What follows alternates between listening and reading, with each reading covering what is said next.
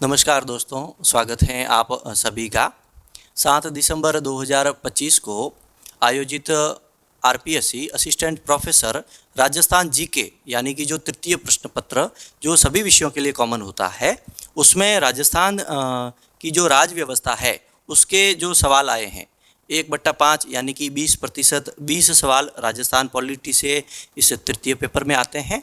और उसमें हम बात करेंगे आज के इस जो वीडियो सॉल्यूशन सेशन है उसमें हमने जो गणपत सिंह जी राजपुरोहित सर इनके नेतृत्व में हिस्ट्री पॉइंट के बैनर तले जो हमारा कोर्स था उसमें हमारे कंटेंट से जितने भी सवालों को प्रत्यक्ष या अप्रत्यक्ष रूप से पूछा गया है उनके साक्ष्य सहित आज हम बात करेंगे।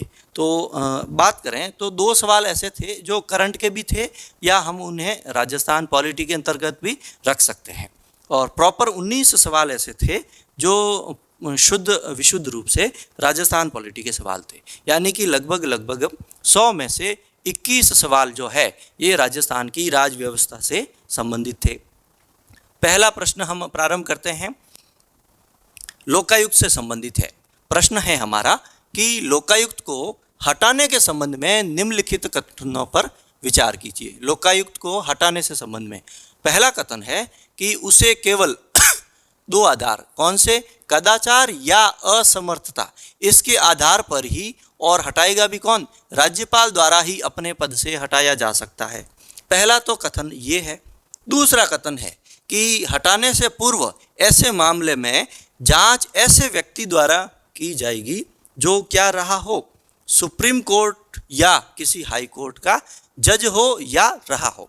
दो कथन है, और यहाँ हम देखते हैं तो जो दूसरी बात है, यह जो कथन है यह सही नहीं लग रहा है। हमारे द्वारा जो कोर्स चलाया गया था उसमें जो क्लासेज पढ़ाई थी तो हमने लोकायुक्त का जो एक्ट है 1973 का, जो हमारे राजस्थान लोकायुक्त अधिनियम है, उसकी धारा 6 में लोकायुक्त को हटाने से संबंधित प्रावधान है।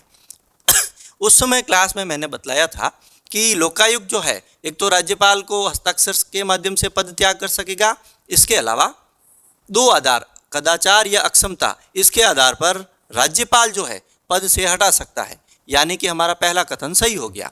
लेकिन उससे पूर्व क्या लिखा हुआ है, उच्चतम न्यायालय के न्यायाधीश या उच्च न्यायालय यानी कि हाई कोर्ट का मुख्य न्यायाधीश उसके द्वारा जांच के पश्चात ही संबंधित विधानसभा के एक ही सत्र में समावेदन के आधार पर हटा सकता है।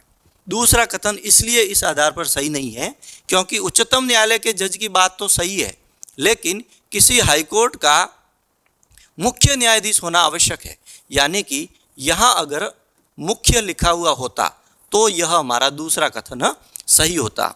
चूँकि मुख्य नहीं लिखा हुआ इसलिए ये दूसरा कथन गलत है, इसलिए केवल एक सही है। हमारा चौथा विकल्प पहले प्रश्न में सही होगा। आगे बढ़ते हैं। दूसरा है राजस्थान राज्य मानवाधिकार आयोग से संबंधित प्रश्न।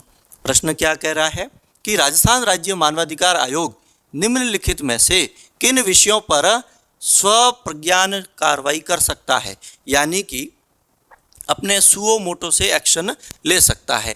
कौन कौन से हैं, तो 4 ऐसी परिस्थितियां दी गई है। जैसे बलात्श्रम, यह एक सही परिस्थिति है। जोखिम पूर्ण रोजगार है, यह भी सही परिस्थिति है। लेकिन अगर पारिस्थितिकी असंतुलन हो गया है तो उसमें मुझे नहीं लगता राजस्थान राज्य मानवाधिकार आयोग जो है वो पारिस्थितिक संतुलन में कुछ सुओ मोटो एक्शन ले सकता है। हाँ, प्रदूषण से आसपास का अगर वातावरण प्रभावित हो रहा हो और किसी भी व्यक्ति के मानवाधिकारों का अगर उल्लंघन हो रहा हो तो वह सुओ मोटो एक्शन ले सकता है। यहाँ हम देखेंगे तो जो पहला, दूसरा और जो चौथा यानी कि ये जो परिस्थितियाँ हैं ये सारी बात करती है मानवाधिकार के उल्लंघन की, और जब जब मानवाधिकार का उल्लंघन होता है तो राज्य मानवाधिकार आयोग पीड़ित व्यक्ति के द्वारा अपील नहीं किए जाने के बावजूद भी सुओ मोटो एक्शन ले सकता है, चाहे वह किसी पत्र के माध्यम से या किसी प्रतिनिधि के माध्यम से या न्यूज़पेपर की कोई कटिंग, सोशल मीडिया में न्यूज़ के माध्यम से भी। तो यानी कि 1, 2 और 4 जो है, यानी कि जो चौथा विकल्प है यह इसका सही उत्तर होगा। आगे बढ़ते हैं। राजस्थान की निम्नलिखित संस्थाओं पर बात कीजिए। प्रश्न पूछ रहा है कि जो ये संस्थाएं 5 दी गई है उसमें से संवैधानिक स्थिति किस किस को प्राप्त है उसकी हमें पहचान करनी है।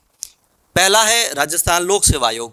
तो यह एक ऐसा प्रश्न है, सारे टीचर्स और सारे जो किताबों के लेखक हैं सभी इस पर क्लेम कर सकते हैं। जब भी राजस्थान पॉलिटी पढ़ाते हैं तो सभी इनके बारे में बतलाते हैं। जैसे आरपीएससी की बात करें तो हम जानते हैं संविधान का जो अनुच्छेद 315 से 323 है, ये आरपीएससी और यूपीएससी के संबंध में बात करता है। तो जिन जिन का संविधान में वर्णन है वे सारे संवैधानिक आयोग हैं। तो आरपीएससी पहला तो है। दूसरा है राज्य निर्वाचन आयोग। इसकी भी बात करें तो इसके संबंध में भी जो आर्टिकल 243 के और 243 ZA जो है ये इसके संबंध में संविधान में बात करते हैं। राज्य मानवाधिकार आयोग, यह संविधान में इसका वर्णन नहीं है। क्यों? क्योंकि यह तो राज्य विधानमंडल या केंद्रीय संसद इनके द्वारा बनाए गए एक विधि के माध्यम से गठित आयोग है, इसलिए ये सांविधिक आयोग, इनको हम स्टैट्यूटरी बॉडी कहेंगे। फिर बात आती है राज्य वित्त आयोग। तो यह एक कॉन्स्टिट्यूशनल बॉडी है। क्यों? क्योंकि राज्य वित्त आयोग का 243I और 243Y इसमें वर्णन है। लोकायुक्त की बात करें तो ये राजस्थान के जो 1973 के विधानसभा द्वारा 1973 का जो एक्ट था उसके द्वारा गठित आयोग है, ना कि भारतीय संविधान में कहीं वर्णित है। इसलिए बात करेंगे तो 1, 2 और जो 4 यानी कि तीसरा जो विकल्प है यह हमारा सही उत्तर होगा। इसे हम कह सकते हैं कि प्रत्येक टीचर के कंटेंट में से यह लिया गया है, कोई भी इसे क्लेम कर सकता है। आगे बढ़ते हैं, बात करेंगे वार्ड सभा की। प्रश्न कह रहा है राजस्थान में वार्ड सभा, इसके कार्यों के संबंध में कौन सा कृत्य सही नहीं है। 3 विकल्प जो दिए गए हैं वे वार्ड सभा के कृत्यों को बतलाते हैं, जबकि चौथा एक ऐसा विकल्प होगा जो वार्ड सभा के कार्यों से संबंधित नहीं है। अच्छा प्रश्न था और एक प्रकार से प्रेजेंस ऑफ माइंड से यह सवाल हो सकता था। यहाँ साथ में मैंने क्लास में जो पंचायती राज अधिनियम 1994 है उसकी जो प्रमुख धाराएं हैं वो मैंने बतलाई थी। कुल 124 धाराएं हैं। हालांकि 124 धाराएं मैंने क्लास में नहीं पढ़ाई थी, लेकिन 25 से 30 ऐसी धाराएं जो बहुत ज़्यादा महत्वपूर्ण हैं उसमें हमने बात की थी। और प्रश्न कह रहा है वार्ड सभा के फंक्शन, कार्य, कृत्यों के बारे में। और तब मैंने बताया था कि पंचायती राज एक्ट की जो धारा 7 है ये वार्ड सभा के कृत्यों को बतलाती है। इसका धारा 7 में वर्णन है। अब हम विकल्पों की ओर देखें तो वार्ड सभा के कार्यों में क्या ये आता है विकास स्कीमों के प्रभावी क्रियान्वयन में सहायता करना। बिल्कुल, अपने वार्ड के लिए ये विकास की स्कीमें बनाने में जो ग्राम सभा है उसका सहयोग करती है। दूसरा, ग्राम विकास अधिकारी यानी ग्राम सेवक पर नियंत्रण रखना, ये नहीं हो सकता। तीसरा है सभी सामाजिक सेक्टरों की संस्थाओं और कृत्य कार्यों पर नियंत्रण रखना। चौथा है लोगों के विभिन्न समूहों में सौहार्द और एकता को बढ़ाना। हम जानते हैं दूसरे विकल्प में जो दिया गया है कि ग्राम सेवक पर नियंत्रण रखना, ग्राम सेवक पर नियंत्रण उसके उच्च अधिकारी रखते हैं। सरपंच रख सकता है, बीडीओ रख सकता है या सीईओ रख सकता है। ग्राम सेवक पर नियंत्रण वार्ड सभा नहीं रखती है। और जब हम इसी एक्ट की जो धारा 81 है जो कि जो खंड विकास अधिकारी के कार्यों में बतलाती है, उसके अंतर्गत जो खंड विकास अधिकारी होता है बीडीओ, वो ग्राम सेवक पर नियंत्रण रखता है, ना कि हमारी वार्ड सभा। इसलिए दूसरा विकल्प यहाँ सही उत्तर होगा। फिर बात आती है राज्य सचिवालय के बारे में। हमने इसके बारे में काफ़ी डिटेल से पढ़ा, लेकिन आरपीएससी एक कहावत को बार बार चरितार्थ कर रही है कि तू डाल डाल तो मैं पात पात। ये प्रश्न किसी भी पुस्तक या टीचर्स में अभी तक मुझे नहीं मिला है और हम भी इसके बारे में अनुमान ही लगा सकते हैं। बात आ रही है निम्नलिखित में से कौन ऐसा व्यक्तित्व है जो मई 1949 में जयपुर में सामान्य सचिवालय के विभिन्न सेक्शनों के गठन के बारे में प्रस्ताव बनाने के लिए गठित समिति का अध्यक्ष था।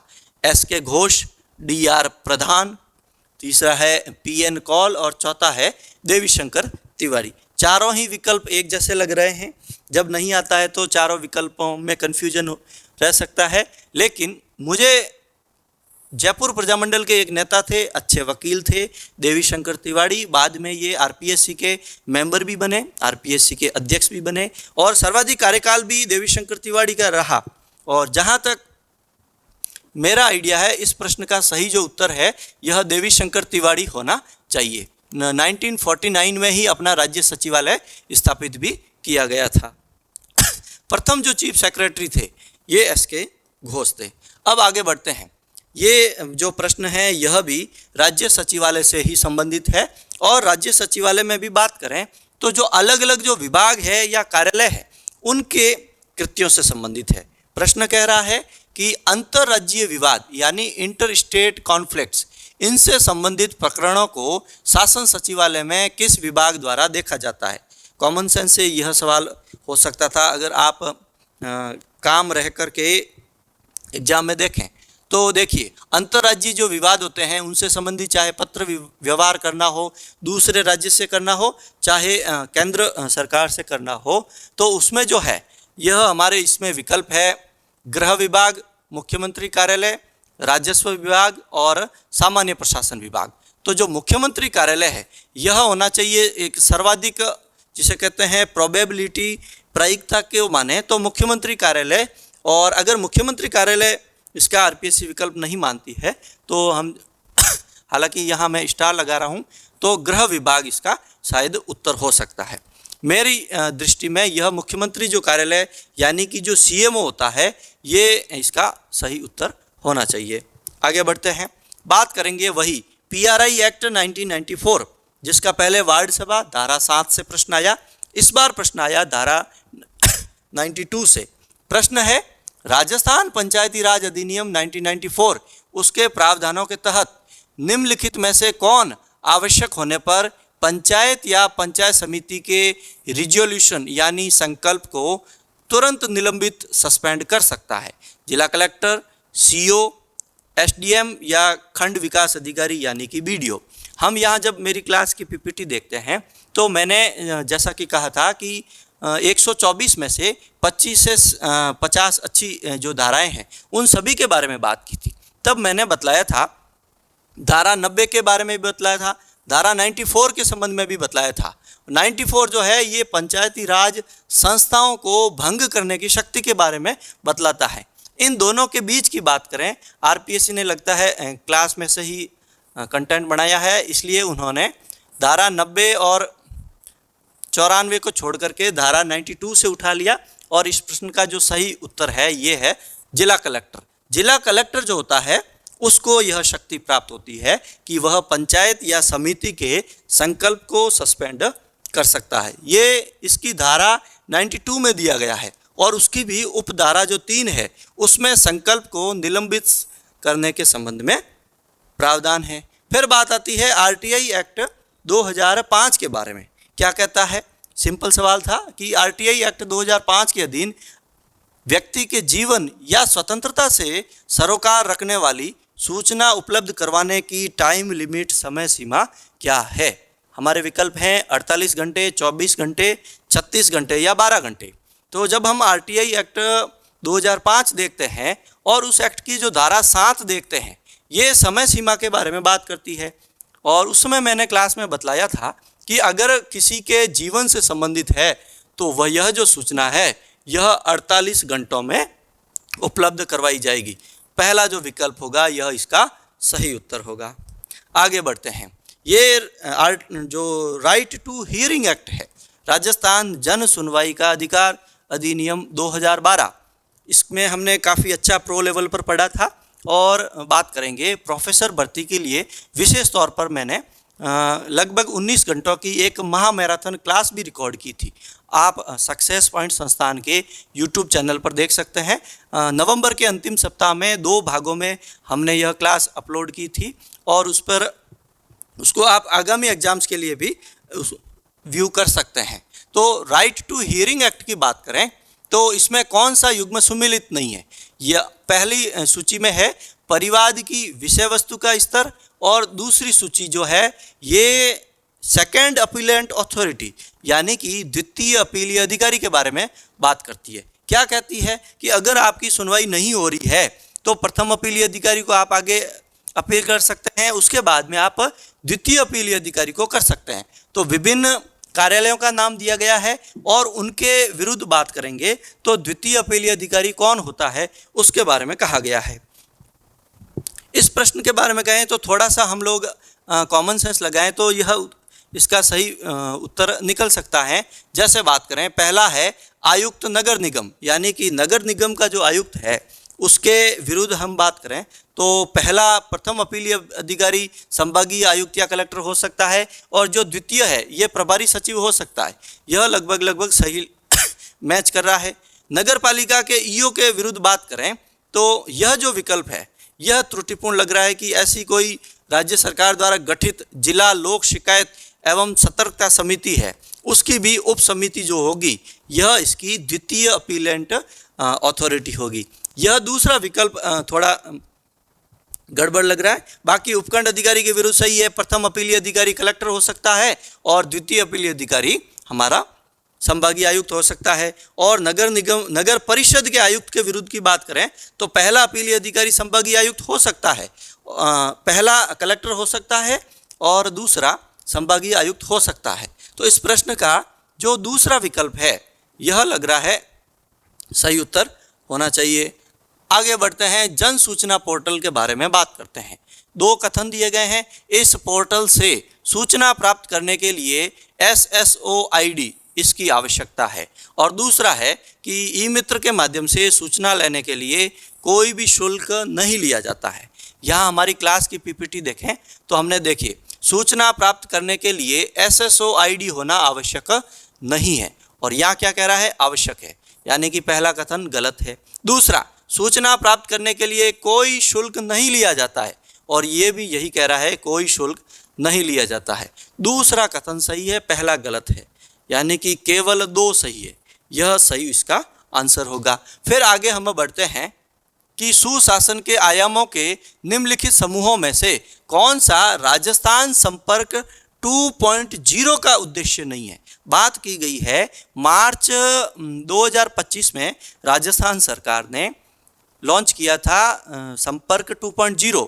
इसके माध्यम से आम नागरिकों को यह एक उन्हें सुविधा दी गई कि वे फेसबुक, व्हाट्सएप, ट्विटर इसके माध्यम से भी जो राजस्थान संपर्क है इसकी सहायता ले सकते हैं। तो इसके उद्देश्यों की बात करें तो कौन सा इसके उद्देश्यों में शामिल नहीं है उसकी हमें पहचान करनी है। जैसे कि पहला विकल्प है शिकायत निवारण, ये उसमें दिया गया है। संचार है, नागरिकों के प्रति संवेदनशीलता है। दूसरे विकल्प की बात करें तो पारदर्शिता वहाँ दिया गया है, संचार दिया गया है, लेकिन जवाबदेहिता यानी कि अकाउंटेबिलिटी की बात वहाँ नहीं की गई है। बाकी हम देखते हैं संचार है, नागरिकों के प्रति संवेदनशीलता आ गया, पारदर्शिता ये यहाँ पर भी रिपीट है, मजबूत वितरण प्रणाली की बात की गई है, पारदर्शिता और शिकायत की बात की गई। जवाबदेहिता ऐसी शब्दावली वहाँ संपर्क 2.0 के उद्देश्यों के संबंध में बात नहीं की गई है। आगे बढ़ते हैं। प्रश्न है, ये करंट अफेयर्स का भी मान सकते हैं, राजस्थान पॉलिटी का भी मान सकते हैं, कि निम्नलिखित में से किसे RPSC का सदस्य नियुक्त नहीं किया गया। सितंबर में नियुक्त किए गए थे, डॉक्टर अशोक कलवार बिल्कुल उसमें थे, सुशील कुमार बिस्सू थे हमारे रिटायर्ड प्रोफेसर साहब, और रिटायर्ड IPS हेमंत प्रियदर्शी, ये तीनों थे। लेकिन मोहन लाल शर्मा जो है ये RPSC के मेंबर सितंबर 25 में नियुक्त नहीं किए गए। क्लास की PPT की बात करें तो हमने उसमें बताया था कि उत्कल रंजन साहू इसके अध्यक्ष हैं और KC मीणा है। संगीता आर्य हम सितंबर की क्लास की बात करें उसमें मेंबर थी, वर्तमान में इन्होंने इस्तीफा दे दिया। बाकी केसरी सिंह, अयूब खान, सुशील कुमार बिस्सू, हेमंत प्रियदर्शी और अशोक कलवार, तो मोहनलाल शर्मा को छोड़ करके बाकी हमारे यहाँ मैच हो गए हैं। आगे बढ़ते हैं। राज्यपाल और उनके द्वारा दिलाई गई शपथ के मुख्यमंत्री के युग्म को पहचानना है, और कौन सा त्रुटिपूर्ण युग्म, यानी कि एक साइड में राज्यपाल दिए गए हैं, दूसरी साइड में मुख्यमंत्री दिए गए हैं। सरदार जोगिंदर सिंह की बात करें तो 1972 से 1977 इनका कार्यकाल रहा। हरिदेव जोशी जो है, ये हरिदेव जोशी बिल्कुल 1973 में राजस्थान के पहली बार चीफ मिनिस्टर बने। तो जब इनका 72 से 77 कार्यकाल रहा तो इन्होंने जोशी साहब को 73 में शपथ दिलाई। रघुकुल तिलक की बात करें तो इन्होंने 1977 में इन्हें शपथ दिलाई थी। ओपी मेहरा साहब की बात करें तो ओपी मेहरा साहब ने 1985 में इनको शपथ दिलाई। लेकिन जो संपूर्णानंद है उन्होंने मोहनलाल सुखाड़िया को शपथ नहीं दिलाई। हालांकि इन्होंने मोहनलाल सुखाड़िया के कार्यकाल के दौरान ही राजस्थान के राज्यपाल के पद का दायित्व निर्वहन किया। लेकिन बात करेंगे जो संपूर्णानंद है उन्होंने राजस्थान के राज्यपाल का पद ग्रहण किया 16 अप्रैल 1962 को, और कार्यकाल पूरा कब हुआ तो 15 अप्रैल 1967। जबकि मोहनलाल सुखाड़िया ने इनसे 1 महीना और 4 दिन पहले यानी कि 12 मार्च 1962 को ही तीसरी बार शपथ ले ली थी, और यह जो शपथ दिलाई थी ये गुरुमुख निहाल सिंह ने दिलाई थी। किन्होंने? गुरुमुख निहाल सिंह ने। इसलिए यह जो चौथा विकल्प है यह हमारा सही उत्तर होगा। कुल 4 बार मोहनलाल सुखाड़िया साहब ने राजस्थान के चीफ मिनिस्टर के रूप में शपथ ली। 1954 में तत्कालीन राज प्रमुख ने दिलाई। 1957 की बात करें तो गुरुमुख निहाल सिंह ने दिलाई। 62 में भी गुरुमुख निहाल सिंह ने दिलाई, और 1967 यानी कि आफ्टर राष्ट्रपति शासन 26 अप्रैल 1967 उस समय वापस सरदार हुकम सिंह ने दिलाई थी। तो संपूर्णानंद जी है उन्होंने मोहनलाल सुखाड़िया को कभी शपथ नहीं दिलाई। आगे बढ़ते हैं। राजस्थान के चीफ मिनिस्टर के उस युग्म को पहचानना है जिन्होंने 2 बार अपना पद ग्रहण किया। सुखाड़िया साहब नहीं हो सकते क्योंकि इन्होंने क्या किया, इन्होंने 4 बार शपथ ली थी। वसुंधरा राजे, हरिदेव जोशी 3 बार रह चुके हैं। जयनारायण व्यास ये 2 बार रह चुके हैं। शिवचरण माथुर 2 बार रह चुके हैं। वसुंधरा मैडम भी 2 बार रह चुकी है। इनकी बात करें तो 1 बार मनोनीत थे जयनारायण व्यास, 1 बार निर्वाचित थे।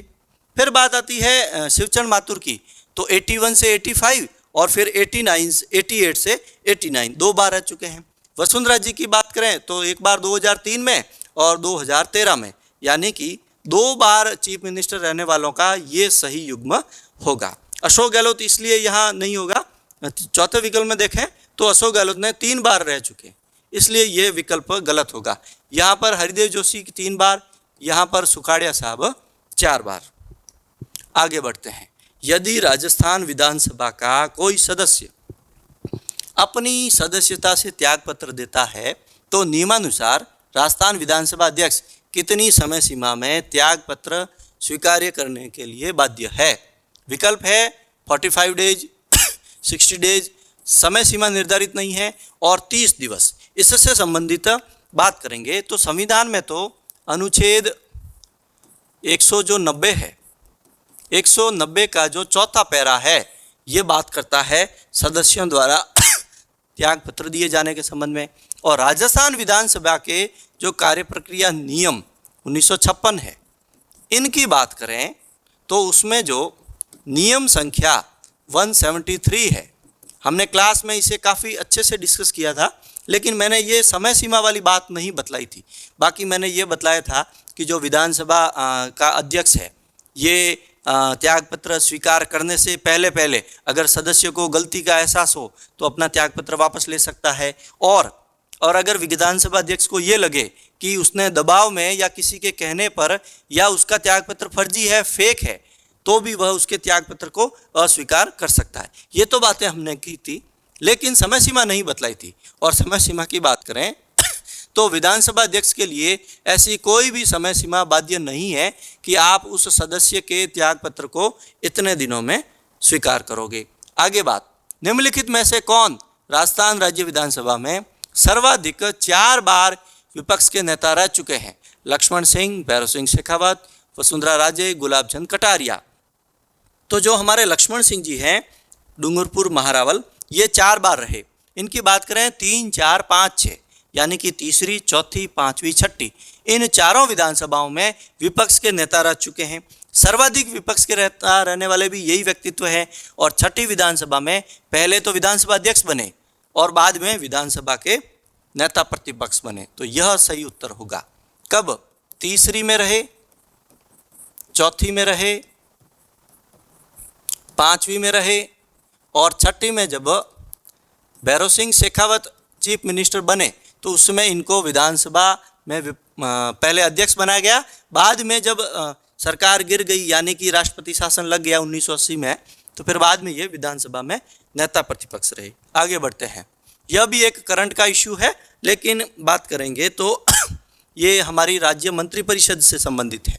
प्रश्न है कि राजस्थान में मंत्रिपरिषद में 5 राज्य मंत्री है, उसमें से भी राज्य मंत्रियों का कौन सा समूह त्रुटिपूर्ण है? 4 विकल्प हैं, जवाहर सिंह बेडम, के विश्नोई, विजय सिंह, जवाहर सिंह बेडम, मंजू बागमार, संजय शर्मा, ओटाराम देवासी और विजय सिंह। मैंने क्लास में लगभग सारे अच्छे से फैक्ट बतलाए थे कि कुल 25 मंत्री थे और बाद में सुरेंद्र पाल सिंह साहब को जब टीटी साहब को डब्बे से उतार दिया गया तो फिर 24 बच गए। उसमें मैंने ये भी बतलाया था कि इतने कैबिनेट मंत्री है, इतने महिला मंत्री है, इतने राज्य मंत्री है, लेकिन प्रत्येक मंत्री का विभाग हमने डिस्कस नहीं किया था। तो यह जो तीसरा विकल्प है यह इसका सही उत्तर होगा। सही इसलिए होगा कि जो मंत्रिपरिषद में 2 महिला मंत्री है, एक कैबिनेट मंत्री है, एक मंजू बागमार है, लेकिन संजय शर्मा जो है ये वन विभाग के स्वतंत्र प्रभार के राज्य मंत्री है, इसलिए यह हमारा सही उत्तर होगा। आगे बढ़ते हैं, राज्य मंत्रिपरिषद के संबंध में कौन सा कथन सही नहीं है? क्या है पहला विकल्प? भारत के संविधान के अनुसार मंत्रिपरिषद में जनजाति कल्याण का भार साधक एक मंत्री होगा। पहला ही कथन सही नहीं है। अगले हम देख लेते हैं, मुख्यमंत्री सहित मंत्रिपरिषद में मंत्रियों की संख्या 30 से अधिक नहीं होगी, यह तथ्य सही है। न्यूनतम 12 होगी, यह भी तथ्य सही है। मंत्री राज्यपाल के प्रसाद पर्यंत पद धारण करते हैं, यह भी पद सही है। बात करते हैं पहले विकल्प की। ये जनजाति कल्याण के जो मंत्री है इनकी बात संविधान में अनुच्छेद में 164 में कही तो गई है, लेकिन बात करेंगे सारे राज्यों के लिए नहीं है, केवल और केवल वहां पर 4 राज्यों की ही बात की गई है। 164(1) में देखें तो क्लास की पीपीटी में देखें तो छत्तीसगढ़ 1, झारखंड 2, मध्य प्रदेश 3 और जो उड़ीसा 4, केवल और केवल इन 4 राज्यों में ही जनजाति कल्याण मंत्री को राज्यपाल नियुक्त करता है, और जबकि हमारा प्रश्न कह रहा है कि प्रत्येक राज्य में, इसलिए यह जो पहला विकल्प है यह गलत तथ्य है। बाकी हम देखते हैं जैसे 30 संख्या 30 यानी कि 15% की बात करें और 15% इंटू जब हम 200 करते हैं तो 30 आता है, और न्यूनतम संख्या 12 है, यह एक सही है। राज्यपाल के प्रसाद पर्यंत पद धारण करते हैं, बिल्कुल ये हम पढ़ चुके हैं। ये रहा, मंत्री राज्यपाल के प्रसाद पर्यंत कार्य करेंगे। आगे बढ़ते हैं, राजस्थान लोक सेवा आयोग के सदस्य के कार्यकाल के संबंध में कौन सा कथन सही है? प्रश्न कह रहा है आरपीएससी के सदस्य के कार्यकाल के संबंध में, अध्यक्ष की बात नहीं हो रही है। अब हम बात करते हैं, एक कथन ही सही है, बाकी सब त्रुटिपूर्ण है। जैसे पहला कह रहा है कि 6 वर्ष या 62 वर्ष आयु जो भी पहले हो तब तक पद धारण करता है, तथ्य सही लग रहा है। सदस्य अपने पद से हस्तलिखित त्याग पत्र आरपीएससी के अध्यक्ष को देते हैं, यह तथ्य सही नहीं है। हमने क्या कहा, 316(2) क जो है यह कहता है कि आरपीएससी के अध्यक्ष और सदस्य दोनों राज्यपाल को हस्ताक्षर सहित लेख के माध्यम से पद त्याग करते हैं। तीसरा है, राज्य सरकार किसी भी सदस्य को राजस्थान हाईकोर्ट की अनुशंसा पर पद से बर्खास्त कर सकती है, यह तथ्य गलत है।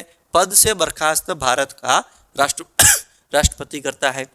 चौथा तथ्य है कि राजस्थान लोक सेवा आयोग का सदस्य 5 वर्ष की अवधि के लिए या 65 वर्ष तक की आयु के लिए जो भी पहले हो पद धारण करता है, नहीं, 662 है। क्या है सही जो बात है, ये 662 है।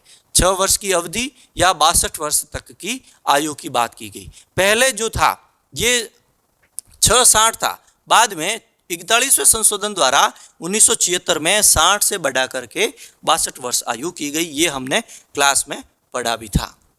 पहला इसका विकल्प है वह सही होगा। आगे बढ़ते हैं, निम्नांकित न्यायाधीशों में से कौन राजस्थान हाईकोर्ट की जो जोधपुर पीठ है, बेंच है, उसकी एक्सेसिबिलिटी कमेटी यानी कि सुगम्यता जो समिति है इसकी सदस्य है? ऑप्शन है न्यायमूर्ति दिनेश मेहता, शुभा मेहता, मनोज कुमार गर्ग या रेखा बोराणा। जोधपुर बेंच की बात करें तो रेखा बोराणा है, और मेहता साहब है वे है हमारे जयपुर बेंच के। अंतिम प्रश्न है, न्यायमूर्ति JS वर्मा, जगदीश शरण वर्मा के बारे में। क्या कहता है कि इनके संबंध में आपको त्रुटिपूर्ण कथन पहचानना है। 3 विकल्प सही दिए गए हैं और चौथा एक कोई विकल्प होगा जो त्रुटिपूर्ण होगा। पहले की बात करें, उन्होंने केवल एक बार राजस्थान के कार्यवाहक राज्यपाल के रूप में कार्य किया। पहला ही तथ्य गलत है। जब मैंने राज्यपाल पढ़ाए थे, मैंने बात की थी, JS वर्मा साहब ने 2 बार 85 से 87 और 1989 2 बार राजस्थान के कार्यवाहक राज्यपाल के रूप में कार्य किया। फिर बात है भारत के उच्चतम न्यायालय में न्यायाधीश के रूप में उनकी पदोन्नति राजस्थान न्यायालय से हुई। यह भी तथ्य सही है। हमने बात की थी, भारत के 27वें चीफ जस्टिस बने। वे 1997 में भारत के मुख्य न्यायमूर्ति बने। तथ्य सही है। वे राजस्थान उच्च न्यायालय के मुख्य न्यायमूर्ति थे। बिल्कुल, राजस्थान उच्च न्यायालय के मुख्य न्यायमूर्ति थे, इसलिए ही तो वे राजस्थान के कार्यवाहक राज्यपाल रहे। यानी कि यह जो पहला विकल्प है यह त्रुटिपूर्ण है। उन्होंने एक बार नहीं बल्कि 2 बार है ये राजस्थान के कार्यवाहक राज्यपाल का पद संभाला था। इसके अलावा क्या फैक्ट है इनके बारे में, तो ये जो राष्ट्रीय मानवाधिकार आयोग बना था उसके भी अध्यक्ष रह चुके हैं। कार्यवाहक राज्यपाल के रूप में सर्वाधिक कार्यकाल ये भी जगदीश शरण वर्मा का है। और कार्यवाहक राज्यपाल रहते हुए शिवचरण माथुर को भी शपथ इन्होंने ही दिलाई थी। तो राजस्थान पॉलिटी के सवालों की बात करें तो इस बार काफ़ी मॉडरेट सवाल रही। 2-3 सवाल विशेष तौर पे जो 2 सचिवालय के सवाल थे उनको छोड़ करके देखें तो RPSC के अन्य पैटर्न को देखते हुए इस बार सवाल काफ़ी मॉडरेट रहे हैं। नमस्कार साथियों, असिस्टेंट प्रोफेसर का जो जीके का पेपर रहा उसमें राजस्थान इतिहास और संस्कृति के प्रश्नोत्तर को हम हल करवाते हैं। और पहला प्रश्न बहुत सरल प्रश्न है। खानवा के युद्ध में निम्न में से किस आमेर शासक ने सांगा का साथ दिया था? आमतौर पर इस सवाल को गलत नहीं किया जाता, पूरी लंबी चौड़ी व्याख्या कर दे वो अलग है, लेकिन सवाल के तौर पर ये बिल्कुल सीधा सवाल था। हालांकि हम कहते हैं कि हमारे कंटेंट में ये सारा दे रखा है और ये लगभग सबके कंटेंट में आता है। पृथ्वीराज उत्तर सही हो जाएगा आपके, पृथ्वीराज। तो उत्तर आपका सही हो जाएगा पृथ्वीराज। नेक्स्ट, अगला, सिद्धांत सार कौस्तुभ नामक ग्रंथ की रचना किसने की थी? तो ये रचना है जगन्नाथ की और इसका पूरा हमारे कंटेंट में भी दिया हुआ था, इसका लिखा हुआ है बिल्कुल ही आपके पास में। ये सारा सार है, सिद्धांत सार कौस्तुभ, और ये जगन्नाथ के द्वारा लिखित है। नेक्स्ट, निम्नलिखित में से किस शासक के द्वारा 9 मुसलमानों को आश्रय देना दिल्ली सुल्तान से युद्ध का कारण बना? तो उत्तर आपका सही हो जाएगा हमीर। इसको भी गलत शायद ही कोई करे और ये उत्तर भी आपके ठीक हो जाएगा। और ये 9 मुसलमान मंगोल थे, मीर मोहम्मद और केतुब, जिनको शरण दी थी। नेक्स्ट, बागोर से संबंधित निम्नलिखित कथनों को पढ़िए एवं सही विकल्प का चयन कीजिए।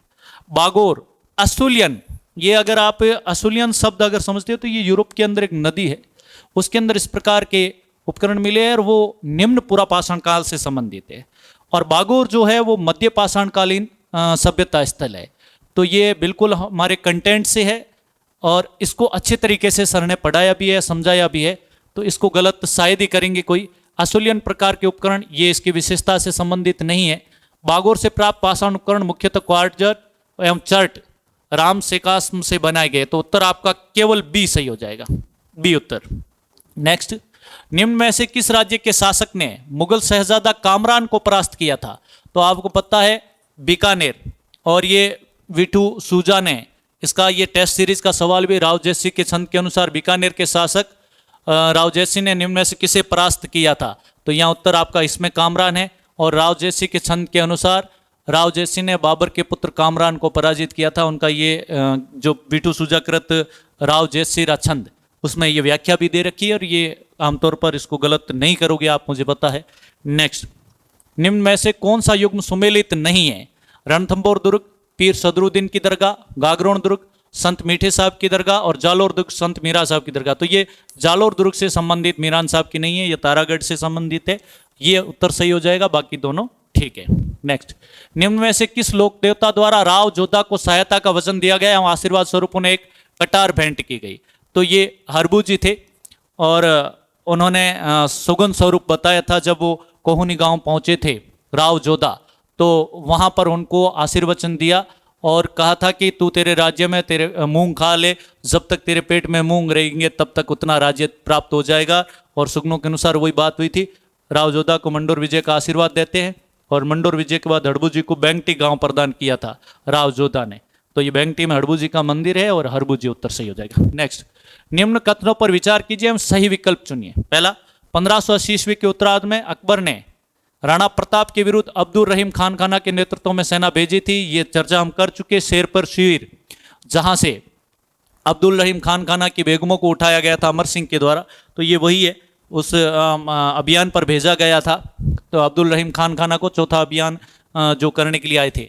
दिवेर युद्ध में राणा प्रताप का साथ कुंवर अमर सिंह और भामा सामने दिया था। बिल्कुल आपको पता, दिवेर मैराथन, मेवाड़ का मैराथन 1582 के अंदर जब वो सेना दिवेर में नेतृत्व कर रहे थे, तो बिल्कुल प्रताप के साथ में उनके बेटे अमर सिंह और भामाशाह ने साथ दिया था। तो उत्तर दोनों ही सही हो जाएंगे। ए व बी दोनों सही है। कथन ए व बी दोनों सही है। यहाँ पर यह सवाल के रूप में भी पूछा गया था कि मेवाड़ के महाराणा, ये टेस्ट सीरीज का क्वेश्चन नंबर 63, जिसमें कहा गया था कि मेवाड़ के महाराणा प्रताप के विरुद्ध अंतिम मुगल आक्रमण का नेतृत्व किया था। तो यहाँ पर बात की थी कि जगन्नाथ कछवाहा ने किया था। तो महाराणा प्रताप को भेजे गए सैन्य अभियान में सैन्य नेतृत्व करता थे, इसमें ये लिखा हुआ है। फिर ये निम्नलिखित में किस मुगल सेना नायक को दिवेर के युद्ध में महाराणा प्रताप ने परास्त किया था? तो इसका भी ये टेस्ट सीरीज में दे रखा है। पूरी व्याख्या है। 1582 दिवेर के युद्ध में प्रताप के पुत्र अमर सिंह ने दिवेर के सूबेदार अकबर के चाचा सुल्तान खां को, आपने बताया कि तलवार से काट दिया था। तो जबरदस्त प्रहार किया, जिससे इस प्रकार के युद्ध की पूरा विवरण है और प्रताप को गौरव माना जाता है। ये सारी बातें, लेकिन ये उत्तर आप गलत शायद ही करेंगे। नेक्स्ट, आचार्य मिस्किन दास दादूपंत की निम्न में किस शाखा से? तो ये खालसा से संबंधित है। खालसा का मतलब है केंद्रीय शाखा, जो जहां पर दादू जी स्वयं की गद्दी थी उसी के उत्तराधिकारी बने, तो ये खालसा से संबंधित है। नेक्स्ट, मीरा, सावित्री, कमला एवं सुकृति देवी निम्न में से किस क्षेत्र में सक्रिय भूमिका में रही? यह सवाल सीधे तौर पर किसी जगह पर चर्चा में नहीं रहा, लेकिन ये नाम जो है कमला है, इनका संबंध अजमेर से रहा है। सावित्री और मीरा, सुकृति, इस ऑप्शंस के हिसाब से पूर्ण रूप से कहीं लिखा हुआ नहीं, लेकिन ये अजमेर के साथ ठीक बैठता है। नेक्स्ट सवाल, ढोल नृत्य, ये कोई गलत नहीं करेगा। ढोल नृत्य जालोर का प्रसिद्ध है। बिल्कुल वाइट कपड़ों में साफा वगैरह बांध करके, पोतिया और पैरों में घुंघरू बांध करके ढोल नृत्य किया जाता है ढोल के साथ। ये सवाल भी है टेस्ट सीरीज का 54 नंबर क्वेश्चन है, टेस्ट सीरीज 2 का सीधा सवाल है। यहाँ पर ये ढोल नृत्य जालोर के साथ सम्मिलित है। अगला सवाल, निम्न में से 1857 की क्रांति के दौरान जोधपुर के ठिकानदारों के युग में से कौन सा सही सम्मिलित नहीं है? तो आसोप के शिवनाथ सिंह थे, आप सबको पता है। और 1857 की क्रांति में जब हम पढ़ते हैं तो सेना लेकर के गुड़गांव दिल्ली की तरफ कूच किया था, नारनौल के युद्ध में पराजित होते, वो सारी कहानी। गूलर के विशन सिंह ने साथ दिया था, आहुआ के ठाकुर कुशाल सिंह का, और आलनियावास के अजीत सिंह ने भी साथ दिया। तो ए बी सी ये तीनों ही कथन सही है, उत्तर आपका ठीक हो जाएगा ये। नेक्स्ट, सिरोही राज्य प्रजामंडल के संबंध में निम्नलिखित कथनों पर विचार कीजिए एवं सही विकल्प चुनिए। ये अच्छे तरीके से समझा रखा। सिरोही प्रजामंडल की स्थापना पहले बंबई में होती है और उसके बाद में प्रजामंडल से संबंधित अच्छे तरीके से पूरा लिखा हुआ है। उसके बाद में सिरोही में स्थापना की जाती है गोकुल भाई भट्ट के द्वारा। तो पहले जो स्थापना की गई थी वो सिरोही में, सिरोही प्रजामंडल की स्थापना बॉम्बे में की गई थी 1934 जो है वर्धा है, ये उत्तर गलत है, बंबई में हुई थी। तो ये कथन गलत है। और भीमा शंकर शर्मा ने सिरोही संदेश, ये पाक्षिक अखबार निकाला, ये सही है। तो उत्तर केवल बी सत्य हो जाएगा, केवल बी सत्य है। ठीक है। अगला सवाल, 18वीं शताब्दी में मीर बख्श द्वारा चित्रित राम, सीता, लक्ष्मण एवं हनुमान का चित्र राजस्थानी चित्रकला की किस उपशैली से संबंधित है? तो ये उनियारा उपशैली से संबंधित है। नेक्स्ट सवाल, निम्न में से कौन सी विद्या राजस्थानी गद्य साहित्य में शामिल नहीं है? पीढ़ी, प्रियावली, बात या तो छप्पे।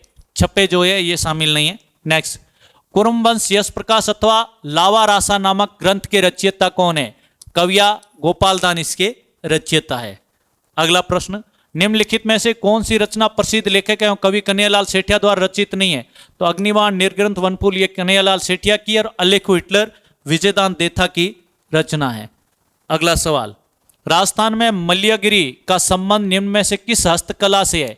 मीनाकारी, धातुकला, ब्लू पोट्री या रंगाई? तो उत्तर सही हो जाएगा, ये रंगाई से संबंधित है। अगला सवाल, कुंडी वाद्य किस प्रकार का वाद्य है? ये चमड़े से बना हुआ होता था और इसको ताल वाद्य में माना जाता है। तो ये राजस्थान इतिहास और संस्कृति से संबंधित प्रश्नोत्तर थे जिसको हमने हल किया और आप सब ने इसका सॉल्यूशन देखा। उम्मीद करते हैं कि आप सब ने भी अच्छे तरीके से ये पेपर किया होगा। धन्यवाद। नमस्कार प्रिय मित्रों, मैं खंगार सिंह अध्यापक। आज हम बात करेंगे असिस्टेंट प्रोफेसर के तृतीय प्रश्न पत्र पर, जो कल आरपीएससी द्वारा आयोजित किया गया। तो हम बिना समय गवाए सीधे ही चलते हैं प्रश्नों की ओर। हम बात करेंगे राजस्थान आर्थिक समीक्षा एवं राजस्थान समसामयिकी यानी करंट अफेयर्स पर और इकोनॉमिक सर्वे पर। कुल इसके 40 क्वेश्चन आए। 40 क्वेश्चनों में से अपने सारे क्वेश्चन प्रूफ सहित आ रहे हम क्वेश्चनों को लेकर की तो हाँ सभी ने बताई होगी, लेकिन हम एक प्रूफ सहित आ रहे हैं कि हमारे कंटेंट से कितना आ रहा है, ये हम साथ में लगवा रहे हैं ताकि आपको भी लगे कि सर के द्वारा पढ़ाए गए इसमें से कितना आया। मैं बता दूं, राजस्थान आर्थिक समीक्षा जो इकोनॉमिक सर्वे करवाया गया उसके लगभग 18 से 20 क्लास, और करंट अफेयर्स की बात करें क्योंकि करंट अफेयर सितंबर अक्टूबर का ही आया है, अगस्त का एक ले ले, अगस्त सितंबर अक्टूबर 3 क्लास, 3-5 वो 20 क्लासों के अंदर हमारे कितने क्वेश्चन आए ये आप अपने आप देख लेना। लास्ट तक हम 40 क्वेश्चनों पर बातचीत करेंगे, उस टाइम पता चल जाएगा कि कितने क्वेश्चन हमारे कंटेंट से आए। तो हम बात करते हैं सीधे ही क्वेश्चनों पर। अब मिलान करना है कि एक और दो के अंदर जो स्कीम उद्देश्य दिए हुए, स्कीम बेटी बचाओ बेटी पढ़ाओ स्कीम, इसका उद्देश्य क्या है? अमृता हाट का उद्देश्य क्या है? मुख्यमंत्री नारी शक्ति उद्यम प्रोत्साहन योजना का उद्देश्य क्या है? मुख्यमंत्री नारी शक्ति प्रशिक्षण एवं कौशल संवर्धन योजना का उद्देश्य क्या है? इस पर बात करते हैं। देखिए, ये सर ने पढ़ाया था 9 नंबर टॉपिक सामाजिक सुरक्षा सभी नागरिकों का कल्याण। इस पर ही बातचीत की थी कि बेटी बचाओ बेटी पढ़ाओ जो योजना थी उसके अंदर भारत सरकार की अग्रणी योजना, इसका उद्देश्य है भारत में लड़कियों के कल्याण को बढ़ावा देना, लड़कियों के कल्याण को बढ़ावा देना। और ऑप्शन कौन सा सेट हो रहा है इसके अंदर? लड़कियों के कल्याण को बढ़ावा देना। इसके अंदर ये हो रहा है कि समाज की लड़कियों को कल्याण के जागरूक करना, यानी ए का सी, यानी एक गलत है बी गलत है अपने आप। ये अभी तक आगे बात करते हैं। अमृता हाट के बारे में बात करेंगे। आर्थिक विकास दूसरा पॉइंट सर ने पढ़ाया था स्वयं सहायता समूह के द्वारा। इसके अंदर अमृता हाट महिला को आर्थिक और सामाजिक रूप से सशक्त बनाने का माध्यम है, जो स्वयं सहायता समूह द्वारा निर्मित अपने उत्पाद प्रदर्शित करने और विपिन करने का एक मंच प्रदान करती है। तो हम बात करते हैं स्वयं सहायता समूह को अपने उत्पाद की बिक्री के लिए प्लेटफॉर्म कौन सा है? ये अमृता हाट है, यानी दूसरे का ए दोनों में भी है। अभी यहाँ तक अभी क्वेश्चन आंसर नहीं निकल रहा है। आगे देखिए, मुख्यमंत्री नारी शक्ति उद्यम प्रोत्साहन योजना, इसका उद्देश्य क्या है? मुख्यमंत्री नारी शक्ति उद्यम प्रोत्साहन योजना का उद्देश्य क्या है? ये योजना राजस्थान में महिला उद्यमों के लिए वित्तीय सहायता, कौशल संवर्धन और संसाधनों की उपलब्धता सुनिश्चित करती है। अब बात करते हैं इसके अंदर, ये महिलाओं को उद्यम स्थापित करने और विस्तार करने के लिए वित्तीय सहायता प्रदान करती है। तो इसका डी हो जाएगा, तो ये अब सेट हो रहा है। आगे देखिए, आगे भी देख ले। ये योजना राजस्थान की महिलाओं को कौशल विकास एवं व्यावसायिक परीक्षण, कौशल विकास के लिए कौन सी है? कौशल विकास के लिए ये है मुख्यमंत्री नारी शक्ति प्रशिक्षण एवं कौशल विकास। ये होगा बी, इसका बी होगा। नहीं, ये क्वेश्चन इसका आंसर कौन सा राइट हो जाएगा? आंसर हो जाएगा 4 नंबर इसका आंसर सही हो जाएगा। आगे बात करते हैं। HDG इंडिया सूचकांक के अनुसार राजस्थान ने वर्ष 2023-24 में निम्न में से किस सतत विकास लक्ष्यों को प्राप्त करने में 100 का पूर्ण स्कोर प्राप्त किया? यानी इसके अंदर दिया हुआ है HDG इंडिया सूचकांक के अनुसार राजस्थान ने वर्ष 2023-24 में यानी सतत विकास लक्ष्य को प्राप्त करने में 100 का पूर्ण स्कोर प्राप्त किया है। किसने 100 का पूर्ण विस्तार किया है? HDG 7 ने या HDG 12 ने या HDG 3 ने या 1 ने? अब देखिए, अब एक ने तो कितना किया? 82, तो 100 का नहीं है, ये गलत है। 3 ने कितना किया? 3 ने 73, ये भी गलत है। और 12 ने भी कितना किया? 98, बट ये 100 तक नहीं पहुंचा है। 100 तक सिर्फ एक ही लक्ष्य 7 पहुंचा है, जो किफ़ायती एवं स्वच्छ ऊर्जा। नहीं, इसका उत्तर हो जाएगा 1 नंबर। ये सर ने बहुत आराम से, बहुत बढ़िया तरीके से चित्र 7.2 के अंदर समझाया था। आर्थिक समीक्षा का चित्र उठाया था और सर की क्लास का ये जो हमने यहाँ प्रूफ बताया। और टेस्ट सीरीज का क्वेश्चन नंबर टेस्ट सीरीज जो 7 नंबर पर टेस्ट हुई थी, क्वेश्चन नंबर 82, यानी टेस्ट सीरीज जो 7 नंबर की थी उसके अंदर क्वेश्चन नंबर 82 का ये क्वेश्चन भी है, जिसके अंदर दिया हुआ है कि ये बताया हुआ कि भाई इसका कितना है 7 का 100% कवर है ये। तो आगे बात करते हैं, यानी इसका उत्तर ए हो सकता है। आगे, निम्न में से कौन सा या कौन से सत्य है? राजस्थान में वन स्टॉप शॉप सुविधा एक सुनिश्चित करती है कि निवेशकों को आवश्यक सभी अनुमतियां और अनुमोदन एक ही मंच से मिल सकते हैं। एक बात आपसे कर लूँ, वन स्टॉप शॉप वर्तमान में सिंगल विंडो जो क्लियरेंस सिस्टम को सुदृढ़ बनाने में, निवेश प्रस्ताव को और अधिक प्रभावी रूप से सुविधा प्रदान करने में शीघ्र अपेक्षित अनुमोदन में से एक है वन स्टॉप। वन स्टॉप ये आप इकोनॉमिक सर्वे के अंदर बात की थी सर ने, वन स्टॉप शॉप के अंदर, इसके अंदर तो ये तो सही है अपने आप में कि भाई ये सिस्टम को सुदृढ़ बनाने में, निवेश प्रस्ताव को और अधिक प्रभावी बनाने के लिए तो कथन एक सही है। आगे, राज्य सरकार ने बोर्ड ऑफ इन्वेस्टमेंट का गठन मुख्य सचिव की अध्यक्षता में किया है ताकि विनियोग प्रस्ताव को सभी मंजूरी और अनुमोदन समय तक प्रदान किया जाए। देखिए ये कथन गलत है। क्यों गलत है? क्योंकि वन स्टॉप शॉप के तहत निवेश प्रस्तावों को स्वीकृति प्रदान के लिए मुख्यमंत्री की अध्यक्षता में एक बोर्ड ऑफ इन्वेस्टमेंट का गठन किया जाएगा, न कि मुख्य सचिव का। यानी गलत है। मुख्य सचिव की जगह क्या आएगा? चीफ मिनिस्टर सीएम की अध्यक्षता में किया जाएगा। ठीक है, तो कथन बी गलत है, यानी बी सत्य है तो नहीं, ए और 2 सत्य है नहीं, न तो एक है न बी है नहीं, ए तो सत्य है ना, तो कथन 4 सही है। कथन नंबर 4 यानी उसका उत्तर हो जाएगा 4, यानी कथन सॉरी विकल्प 4 सही होगा, कथन सिर्फ 1 सही है। आगे, पहला प्रवासी राजस्थानी दिवस मनाया जाएगा। ये तो लगभग सितंबर अक्टूबर से हर एक क्लास के अंदर बढ़ाया गया। ठीक है, जो अब ये तो सर की क्लास में है, टेस्ट सीरीज का जो 20 नंबर का था क्वेश्चन नंबर 87 के अंदर बढ़ाया गया है। तो 10 दिसंबर 2025 को सॉरी 10 दिसंबर जयपुर के अंदर ये राजस्थानी दिवस प्रवास बारे में पहली मीट आयोजित सरकार ने 10 राजस्थानी दिवस मनाने की घोषणा की है। ठीक है, तो आगे बात करते हैं।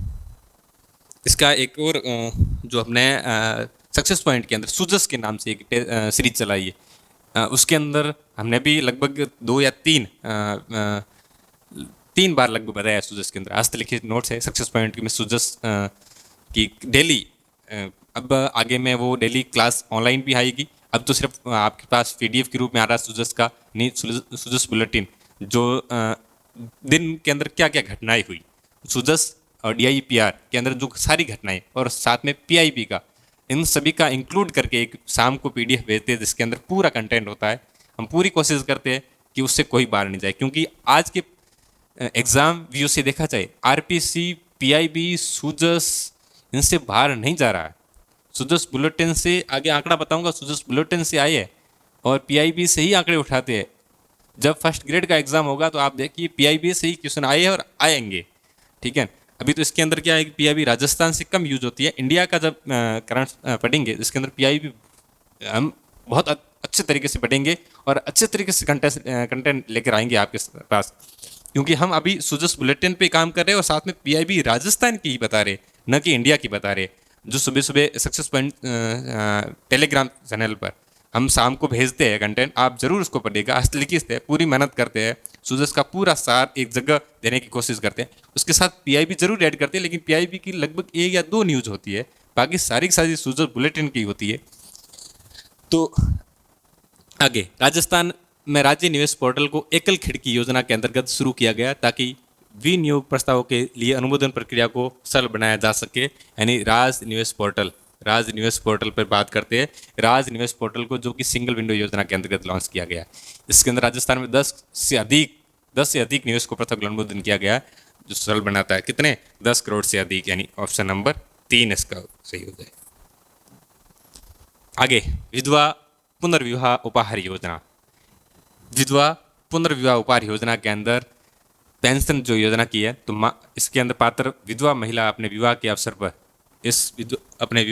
पर राज्य सरकार से कितनी राशि का उपहार पाने की पात्र है। तो हमने सर ने सामाजिक सुरक्षा टॉपिक के अंदर अच्छे से समझाया। यदि कोई विधवा महिला जो पेंशन योजना की लाभार्थी है वो विवाह करती है, तो राज्य सरकार उसे विवाह पर 51,000 का उपहार देती है। कितने का? 51,000 का उपहार देती है। तो ऑप्शन नंबर 3 सही हो जाएगा इसका।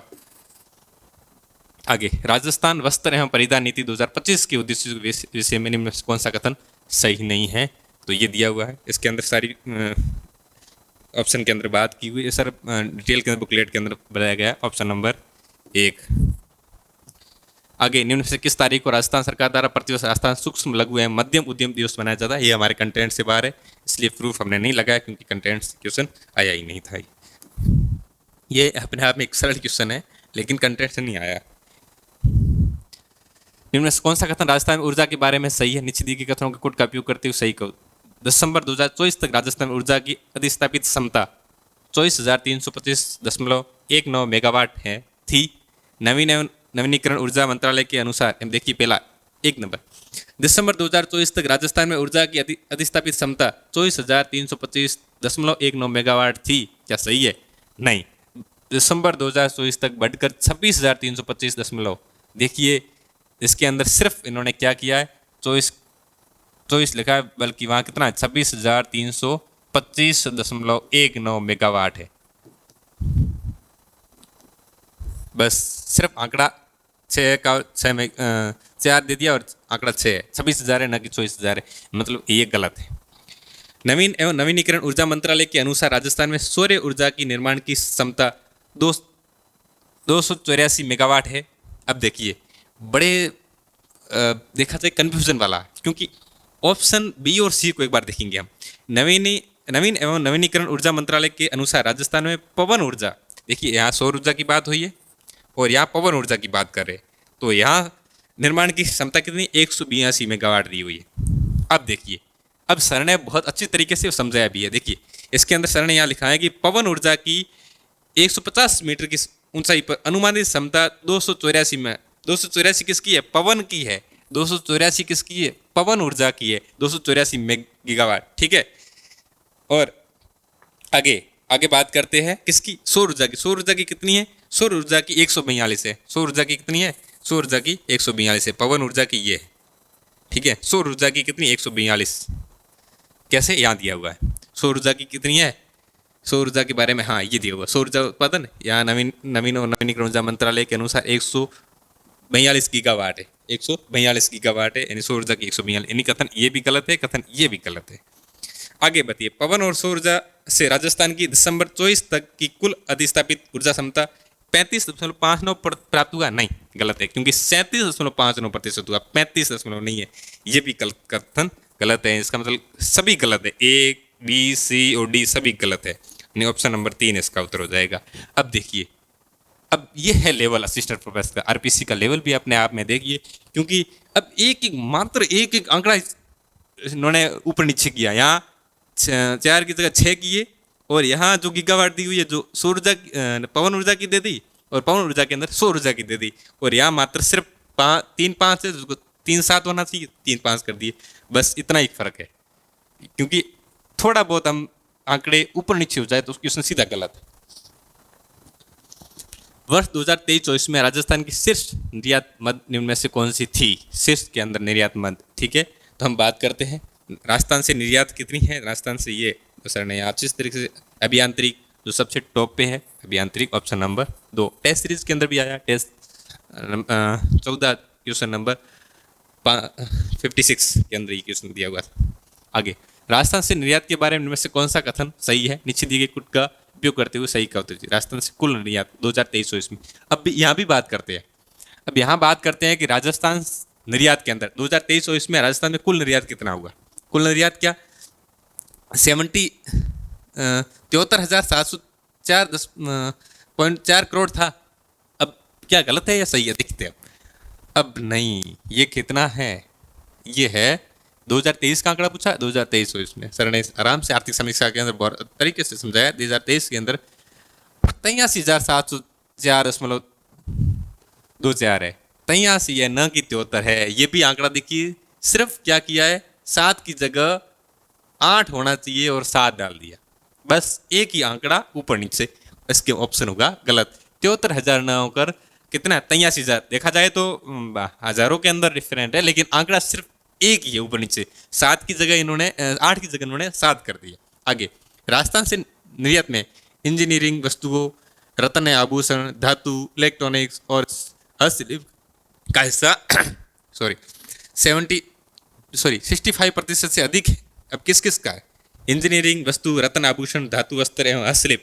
देखिए क्या सर है, इंजीनियरिंग है इसके अंदर, इंजीनियरिंग वस्तु है, रत्न आभूषण है, धातु है, इलेक्ट्रॉनिक नहीं है, यहाँ इलेक्ट्रॉनिक का नहीं है, ठीक है। इंजीनियरिंग वस्तु, रत्न आभूषण, धातु है, वस्त्र एवं हस्तशिल्प है, क्योंकि इंजीनियरिंग 1, ठीक है, रत्न आभूषण 2, धातु 3, हस्तशिल्प 4 और 5वां कौन सा बाकी रहा? वस्त्र, ठीक है। 5वां कौन सा? वस्त्र बाकी रहा। वस्त्र है न, इलेक्ट्रॉनिक न है न, उसकी जगह क्या है? वस्त्र है, यानी ऑप्शन 1 भी गलत है, यानी ये भी गलत है, ये भी गलत है। देखिए सिर्फ 5 है, 5 दिए हुए हैं कि राजस्थान में कितने हैं? 5 प्रमुख निर्यात वस्तु जिनका राज्य के निर्यात में 65% से अधिक हिस्सा है, लेकिन ऑप्शन के अंदर भी 5 दिए हुए हैं, लेकिन इलेक्ट्रॉनिक नहीं है, उसकी जगह क्या है? वस्त्र है, तो ये गलत है। आगे बात करते हैं। राजस्थान निर्यात संवर्धन नीति 2024 का लक्ष्य 2029 तक 1.50 लाख करोड़ का निवेश निर्यात करता, सही है। निर्यात तैयारी सूचकांक 2022 के दौरान इसका राजस्थान देश का कौन सा स्थान है? 5वां स्थान होकर 6ठा स्थान है। ये डाटा हमने PIB से देखा था, मिसमेट नहीं हो रहा था, देखिए, तो इसलिए ये भी गलत है, तो केवल C सही है, ऑप्शन नंबर 1 सही है। आगे, माही बांसवाड़ा राजस्थान परमाणु ऊर्जा परियोजना के संदर्भ में निम्न कथनों पर ध्यान दीजिए। ये हम आगे बात करेंगे इस पर, क्योंकि ये आगे हम प्रूफ बताए, ये टेस्ट सीरीज का क्वेश्चन है, लेकिन हम आगे बात करेंगे। परियोजना में 2 न होकर कितनी है? 4 700 मेगावाट की है, 4 × 7 का है ये फॉर्मूला, ठीक है। दवा की होता है। भारी परमाणु ऊर्जा निगम और राष्ट्रीय ताप विद्युत निगम के बीच में एक संयुक्त उद्यम है, ये भी आगे बात करेंगे। परियोजना भारत सरकार के फ्लीट मोड रिएक्टर प्रोग्राम का एक भाग है, इसके तहत 10 है ना कि 20 है, ये भी गलत है। आगे बात करेंगे इस पर, इसके अंदर दिया हुआ है, इस क्वेश्चन को आगे देखते हैं किस जगह दिया हुआ है, तो हम इसको पहले उसको क्वेश्चन को देख लेते हैं। बहुत अच्छी तरीके से सर ने समझाया भी था। हाँ, ये क्वेश्चन ये पढ़ा दिया हुआ कि इसके अंदर क्या क्या दिया हुआ है। देखिए ये कितनी है, इसके अंदर विस्तार से, हाँ ये कितनी 4 थी, कितनी है? 4 है, 700 मेगावाट की, ठीक है। और इसके अंदर किस ने क्वेश्चन ये भी है, आगे वाला सेम है, क्वेश्चन उस पर बातचीत करेंगे बाद में, तो बिना समय गवाइए अब चलते हैं इस पर, ठीक है। हाँ, आगे medtech medical device park, integrated resource recovery park, agro and food resourcing zone, sports good and toys zone, ये कहाँ का पार्क बने हुए, इस पार्क पर बातचीत करेंगे। मेडटेक्स मेडिकल डिवाइस पार्क कहाँ है, इंटीग्रेटेड रिसोर्स रिकवरी पार्क कहाँ है, agro and food processing zone कहाँ है, sports goods and toys zone कहाँ है, यानी ये कहाँ का किस स्थान पर है। तो सर ने इकोनॉमिक सर्वे के अंदर पाया जोधपुर की बोरानाडा में, कौन सा है? Medtech medical device park Boranada, medtech device park कहाँ है? जोधपुर के बोरानाडा के अंदर है, यानी सी, यानी ए गलत है, 2 गलत है। आपसे ऑप्शन का हमेशा एग्जाम के अंदर ऑप्शन कट किया करो कि ये ऑप्शन नहीं है तो अपने आप में ये गलत है, मिलान करते ही 2 ऑप्शन कट हो गए। ऑप्शन तो 4 थे, 2 अपने आप में गलत हो गए, अब 2 ही पर बातचीत करनी है। आगे, इंटीग्रेटेड रिसोर्स रिकवरी पार्क कहाँ है? इंटीग्रेटेड रिसोर्स रिकवरी पार्क धोलाई जोधपुर क्षेत्र में भूमि पर इंटीग्रेटेड रिसोर्स पार्क स्थापित किया, ठीक है, धोलाई के अंदर। कहाँ पर है? धोलाई के अंदर है। जयपुर जिले के जमुआ रामगढ़ में, धोलाई औद्योगिक क्षेत्र के जमुआ रामगढ़ के अंदर इंटीग्रेट कौन सा? ए, यानी इसका ए होगा, अपने आप 3 गलत, ए सही। आगे भी बात करते हैं। Agro and food processing zone, agro and food processing zone, ये agro and food park zone है, ठीक है। एग्रो फूड विकसित किए गए हैं जो तिवरी के अंदर, एग्रो एंड फूड तिवरी के अंदर, कहाँ पर है? तिवरी के अंदर, ये भी दिया हुआ है। Sport goods and sports goods का भी दिया हुआ है, स्पोर्ट गुड्स का भी दिया हुआ है, स्पोर्ट गुड्स का ये खुसखेड़ा के अंदर sport good and toy zone, Khuskhera के अंदर स्पोर्ट गुड है, खुसखेड़ा के अंदर ये दिया हुआ है, यानी 4 नंबर ऑप्शन सही है। ये बढ़िया शानदार तरीके से मिलान वाला क्वेश्चन, और देखा जाए तो आसान क्वेश्चन है, नहीं गलत होना चाहिए। आपको 5 से ही पार्क दिए हुए, 5 से 7-8 पार्क है सर्वे के अंदर दिए हुए, अच्छे से बड़े ढंग से याद करना है, क्योंकि मेडटेक मेडिकल डिवाइस पार्क ये बोरानाडा के अंदर है, इंटीग्रेटेड रिसोर्स रिकवरी पार्क ये जम्मू रामगढ़ के अंदर है, agro and food resource processing zone ये तिवरी के अंदर है, sports good and toy zone ये खुसखेड़ा के अंदर है। खुसखेड़ा ये औद्योगिक क्षेत्र का है, खुसखेड़ा है टपुकड़ा है, भिवाड़ी है, निमराना है, दिलोलगढ़ है, अलवर के और ये पास वाले से बहुत औद्योगिक क्षेत्र है जहाँ पर उद्योग का बहुत बड़ा संयंत्र है वहाँ। आगे बात करते हैं राजस्थान खनिज नीति 2024 का निम्न में से कौन सा लक्ष्य सही नहीं है। नहीं 2046 तक 1 करोड़ से अधिक लोगों का प्रत्यक्ष अप्रत्यक्ष 1 करोड़ से अधिक लोगों का प्रत्यक्ष नहीं सही है। यानी GHDP में खनिज क्षेत्र का योगदान 2023-24 के 3.4% से 8% करना ठीक है। ये 80 करोड़ ना होकर 1 करोड़ है, ये गलत है, यानी ये सही नहीं है लक्ष्य। बाकी 58 से 70 किए गए, 58 से 70 किए गए हैं, कहाँ किया हुआ ये लिखा हुआ है 58 से 70 का, ये भी सही है, यानी ये ऑप्शन 3 इसका गलत है। आगे खनन इसका औद्योगिक उपक्षेत्र है और 2024-25 में चालू कीमतों में सकल मूल्यवर्धन में औद्योगिक क्षेत्र के योगदान के आधार पर औद्योगिक उपक्षेत्र का स्थान है। अब ये ऑप्शन दिए हुए इसके अंदर खनन और उत्खनन के बारे में कौन सा स्थान है इसका, विद्युत गैस जलापूर्ति आदि का स्थान कौन सा है, निर्माण और विनिर्माण का स्थान कौन सा है। अब क्रमशः इसको जमाने 1 नंबर पे सर ने PPT के अंदर अच्छे से समझाया था आर्थिक समीक्षा के अंदर, इंडियन राजस्थान इकोनॉमिक सर्वे के अंदर। इसके अंदर देखिए विनिर्माण फर्स्ट पे है, विनिर्माण टॉप पे विनिर्माण है, विनिर्माण प्रथम ए। अब देखो सिर्फ एक यदि आपको आ रहा है तो अपने आप ही सही हो जाता, बस ये सही 4 नंबर एक ऑप्शन के अंदर यहाँ हो रहा है। आगे देखिए अभी बात की निर्माण का, यहाँ निर्माण का अंदर यहाँ निर्माण कौन सा है, निर्माण का दूसरा स्थान है, निर्माण का दूसरा बी ए बी। विद्युत गैस जलापूर्ति का, विद्युत गैस जलापूर्ति 4 नंबर, 4 नंबर विद्युत जलापूर्ति का 4 नंबर है। खनन और उत्खनन का सी, खनन और उत्खनन का 3 नंबर है। यहाँ जैसे ये दिए हुए है खनन उत्खनन 12, विनिर्माण ये दिए हुए, आगे इसको PPT के अंदर 3-4 ऐसे लगे हुए कौन कौन से हैं, जैसे ये विनिर्माण का है 1 नंबर पे विनिर्माण है, दूसरे पे कौन सा है जो विनिर्माण 72 विनिर्माण एक, ठीक है। उसके बाद ग्रीन वाला जो है ये येलो वाला दिख रहा है निर्माण, निर्माण के अंदर कितना 2 नंबर पे निर्माण है, 2 निर्माण है, ठीक है। आगे आगे ये खनन है उत्खनन, खनन है उत्खनन ये 3 नंबर पे, खनन है उत्खनन 3 नंबर पे। अब देखिए अब ऑप्शन यहाँ मिल रहे हैं क्या, अब ऑप्शन नहीं मिल रहे थे इसके अंदर। ये क्वेश्चन भी देखो ये हम डाटा हमारी ये इकोनॉमिक सर्वे से लेके आए, यानी उनके सही है और ऑप्शन के अंदर देखो गलत बैठ रहा है। क्यों, विनिर्माण के अंदर कौन सा है, विनिर्माण 1 नंबर पे है, ठीक है 1 नंबर पे ये हो जाएगा, ऑप्शन के हिसाब से ए हो रहा है। आगे मिलान करते हैं, तब आगे मिलान करते हैं निर्माण, निर्माण का कौन सा है दूसरा स्थान, निर्माण का दूसरा स्थान है, ये दूसरा स्थान है, ये 34% निर्माण का दूसरा स्थान, ठीक है बी सही है। आगे विद्युत गैस जलापूर्ति, विद्युत गैस निर्माण का तीसरे का बी होना चाहिए, तीसरे का बी, हाँ सॉरी सही है, ये बात अपन गलत बैठ रहे हैं। खनन और उत्खनन के अंदर क्या हो रहा है, खनन और उत्खनन के अंदर 30 नंबर सही है, ये सी, यानी ये गलत है, ये गलत है। विद्युत गैस जलापूर्ति, विद्युत गैस जलापूर्ति 4 नंबर सही है, विद्युत गैस 4 डी सी डी, ठीक है। निर्माण का कौन सा है 2 नंबर है, निर्माण का 2 नंबर है, निर्माण का 2 नंबर है, यानी बी है, निर्माण का बी है। आगे विनिर्माण का 1 है, ये विनिर्माण का 1 है, यानी 2 नंबर ऑप्शन सही है। हम उल्टे पढ़ रहे थे, सॉरी ये सही है अपने आप में, ये सही दिए हुए है और यहाँ भी सही दिए हुए है, ऑप्शन के अंदर भी सही है। राजस्थान के हाल ही के कृषि उत्पादन के सूचकांक का आधार वर्ष क्या है, इसका आधार वर्ष 2015-16 जो हमने किया था 2015-16, ऑप्शन नंबर 3 सही है। आगे जिला और चालू कीमतों पर जिला घरेलू उत्पाद के आधार पर राज्यों में स्थान, ये सर ने GDP आराम से बहुत अच्छे तरीके से समझाई थी। किस 5 जिलों का सकल जिला घरेलू उत्पाद प्रचलित और स्थिर मूल्यों पर क्या क्या है, प्रचलित मुद्दों पर चालू कीमतों पर देखें तो ये जयपुर फर्स्ट, अलवर, जोधपुर, भीलवाड़ा, अजमेर, ये अपने आंकड़े 2023-24 के पूछे कि 22-23 के, 23 के अंदर भी सेम है, 23 के अंदर टॉप है, उसके बाद ये है ये लगातार है, जयपुर प्रथम पे है।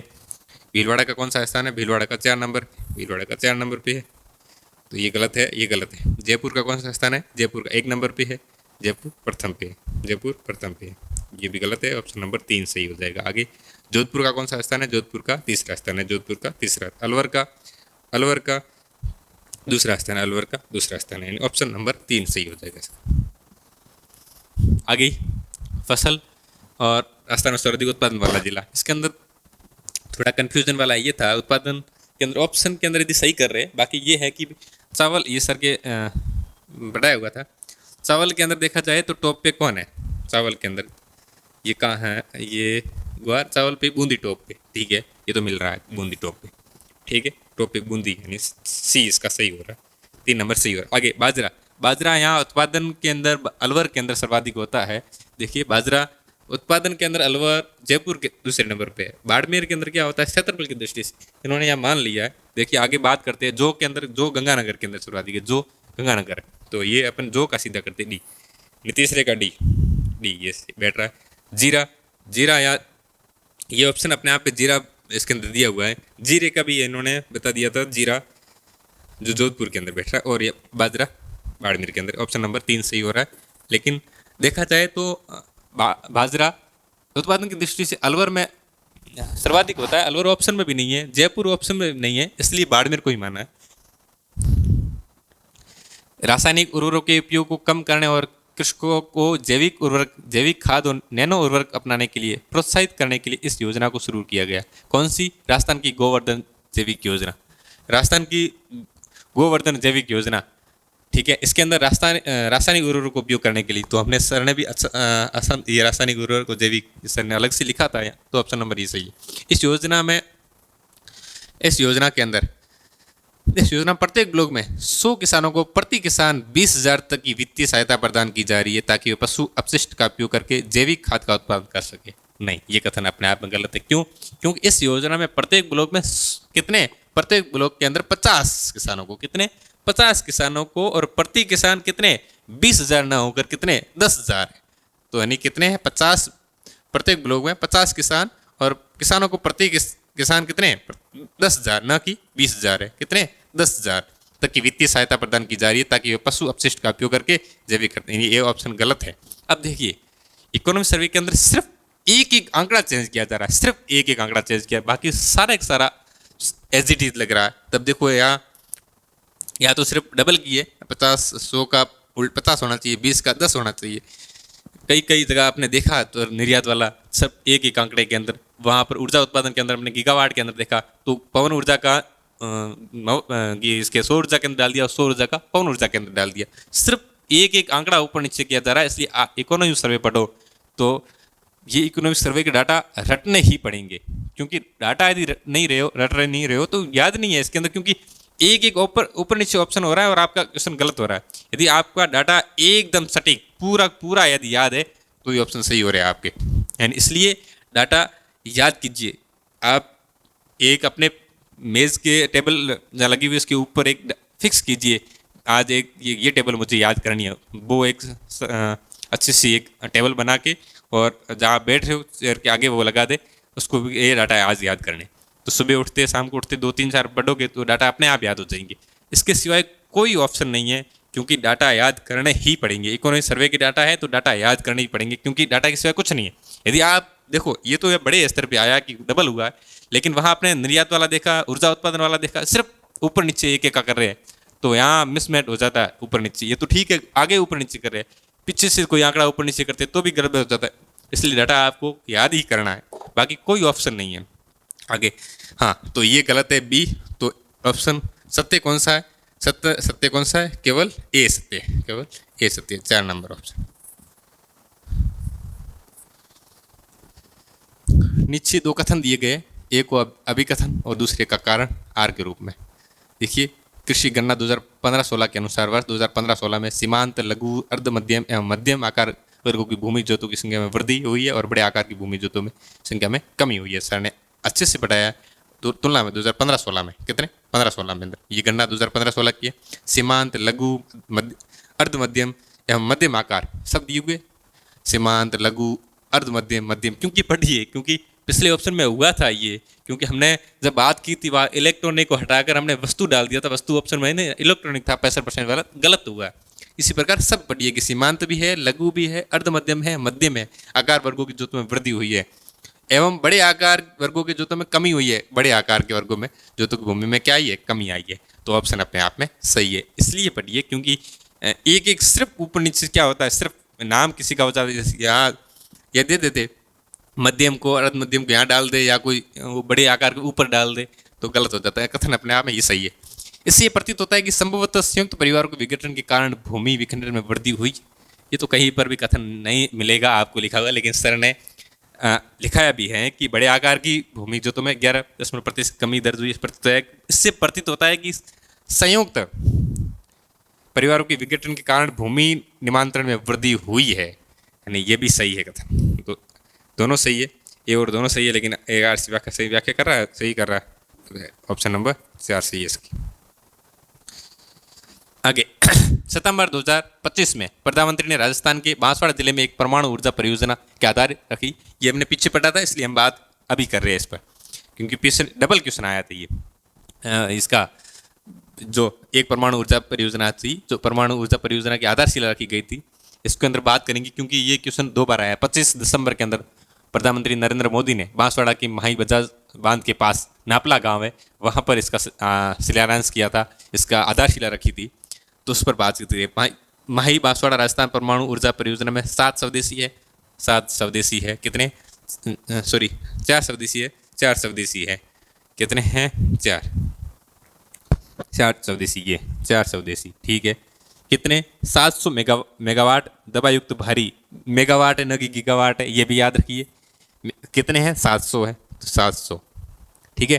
कितने हैं स्वदेशी 4 स्वदेशी, 400 मेगावाट दबायुक्त भारी पानी रिएक्टर शामिल है, दबायुक्त भारी पानी रिएक्टर सम्मिलित है। अब देने वाला यहाँ ऑप्शन भी गलत दे सकता, क्यों? यहाँ कर देता, वहाँ किया है तो वहाँ 2 किया, यहाँ अभी तो ये कथन सही है। पिछले जो क्वेश्चन के अंदर मैं पढ़ा था वहाँ 2 किए थे, यहाँ कितने किए 4 किए, तो यहाँ सही है।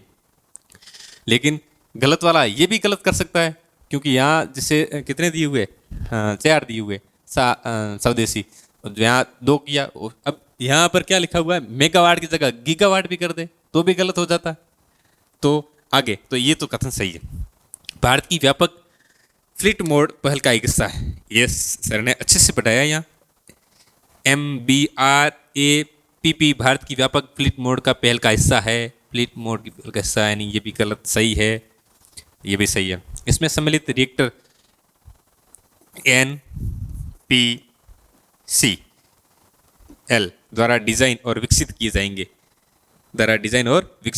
किसके द्वारा विकसित किए जाएंगे? NPCIL 51% और NPS 50, यानी इसका डिजाइन विकसित कौन किया जाएगा? NPCL डिजाइन कौन की? NPCIL ये डिजाइन विकास करेगी, तो ये सही है।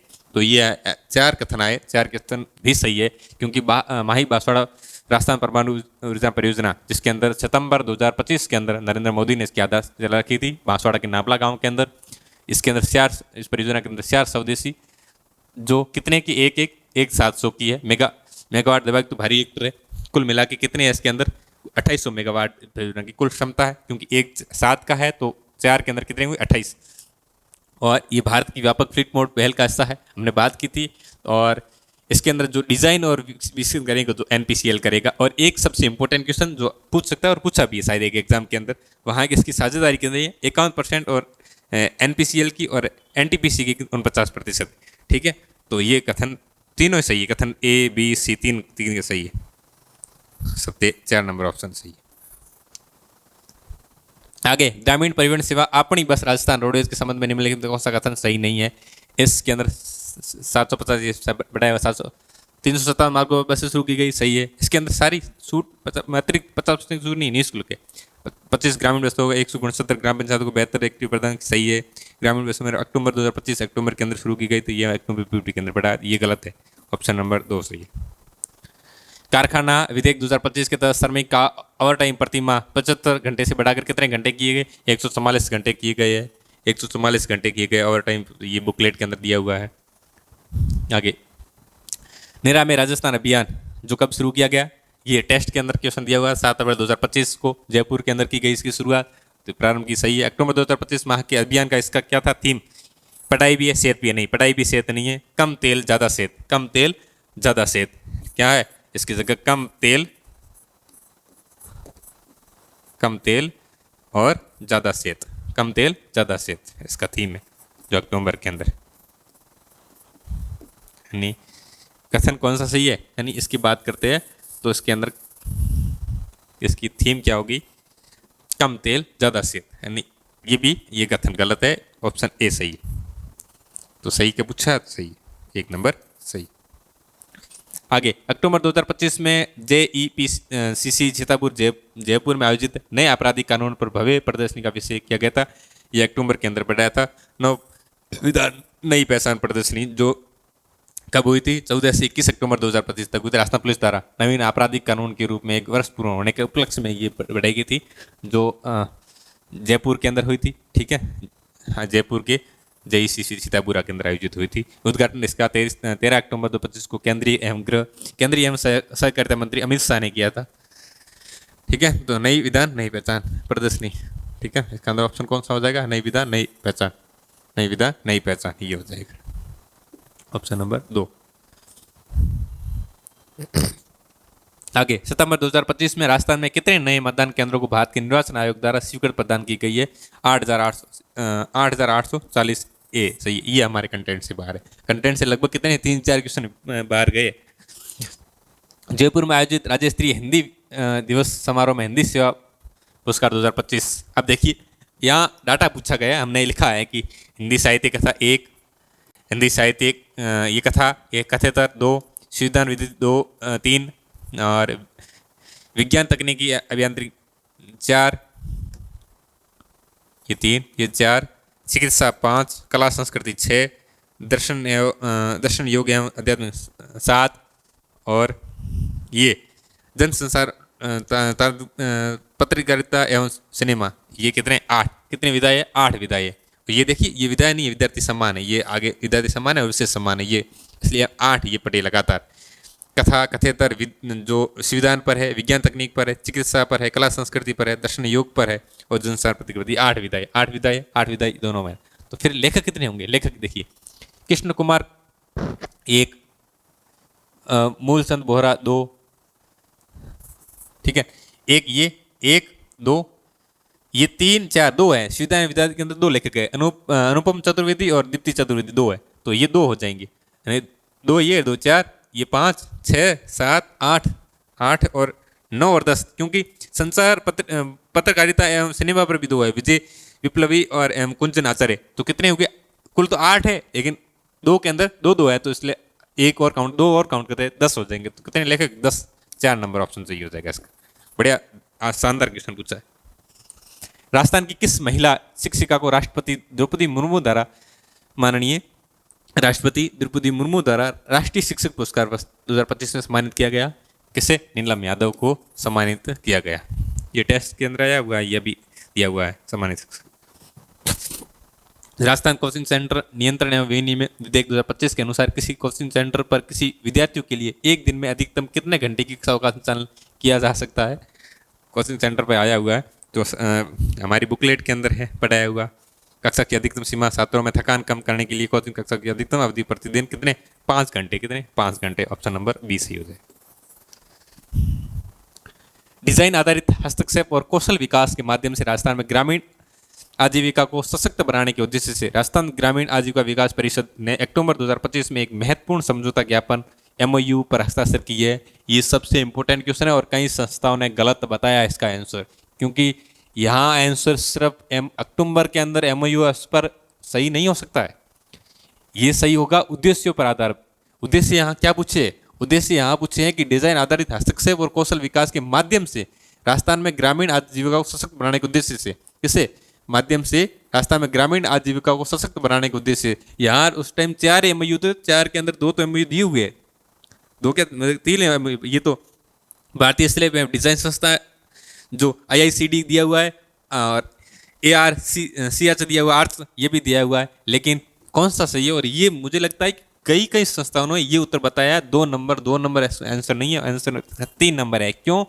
क्योंकि मुख्य उद्देश्य इसका है डिजाइन एवं विकास योजना का। किसका? आर्ट्स का है। ARCS college of design and business में कहीं डिजाइन का कार्य है, तो ये ऑप्शन सही हो जाएगा। 3 नंबर ऑप्शन इसका सही आंसर है। तो ये जो भारत शिल्प एवं डिजाइन संस्थान जो बात करते हैं, संस्थान का नाम है, लेकिन सही अपने आप में ये है। ठीक है।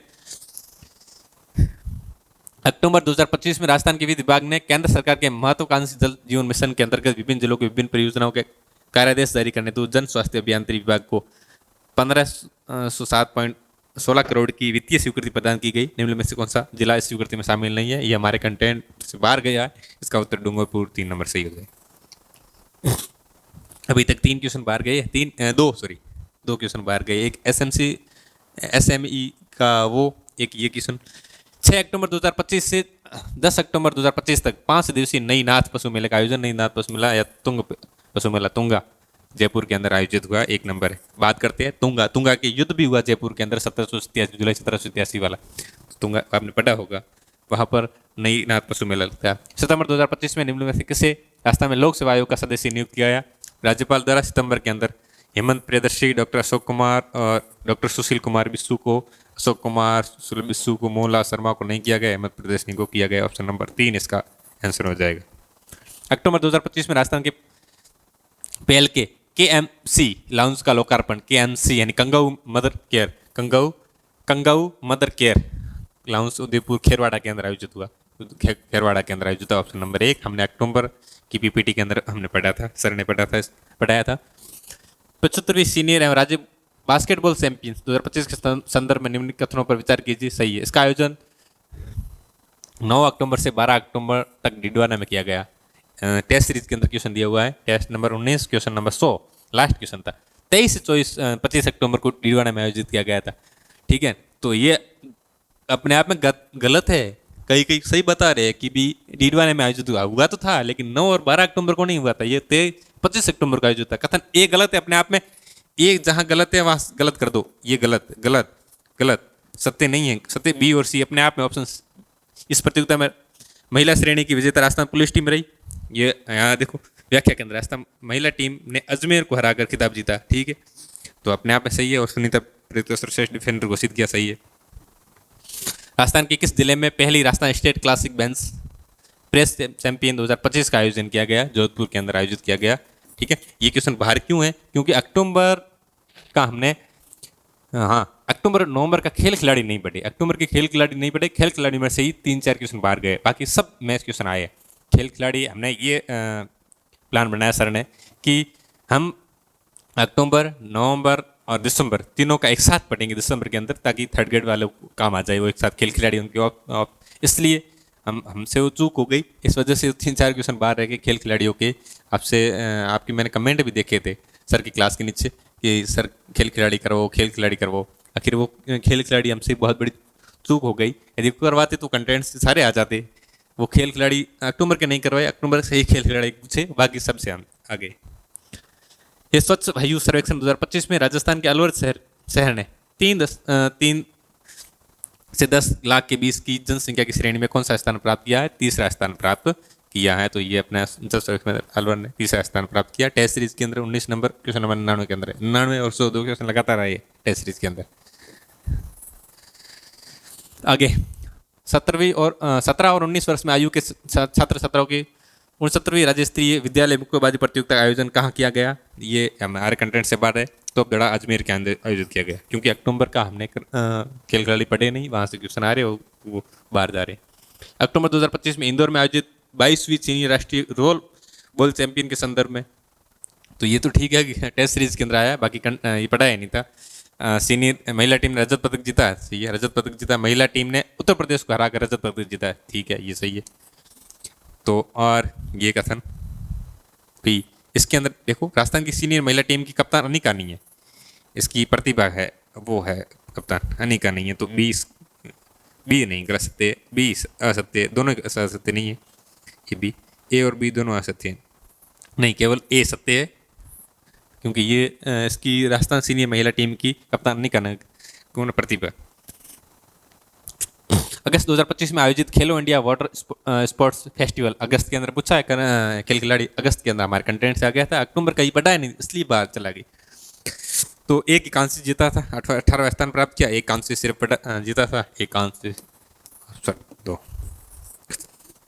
तो ये थे कुल 40 क्वेश्चन, 40 में से 35 यानी 40 में से 35 क्वेश्चन सर के पढ़ाए हुए कंटेंट से। मात्र कितनी क्लास है? मात्र 20 करंट इकोनॉमिक सर्वे की और 5 करंट अफेयर्स की, यानी 25 क्लासों के अंदर 35 नंबर का मैटर आप क्या करते अचीव कर सकते थे, प्राप्त कर सकते थे यदि आपने अच्छे ढंग से इकोनॉमिक सर्वे पढ़ा है और करंट अफेयर पढ़ा है।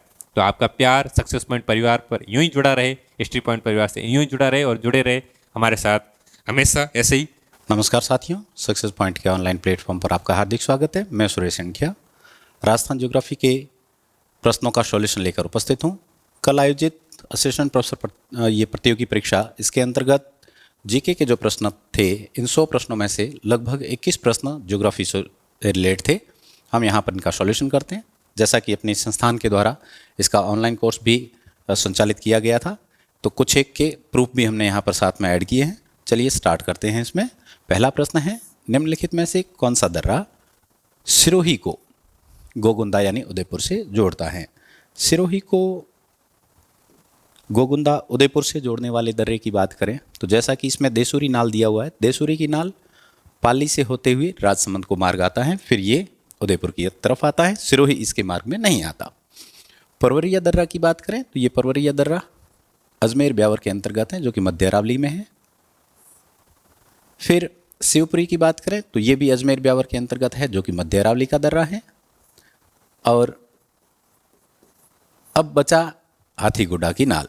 एक्चुअल में इस प्रश्न के अनुसार अगर मैं कहूँ तो ये हाथीगुड्डा हो सकता है, बाकी ये प्रश्न का ऑप्शन है वो डिलीट होना चाहिए, क्योंकि इसकी जगह पर दर्रे का नाम है हाथी दर्रा। कौन सा दर्रा है? हाथी दर्रा। और हाथी दर्रा जो कि पिंडवाड़ा सिरोही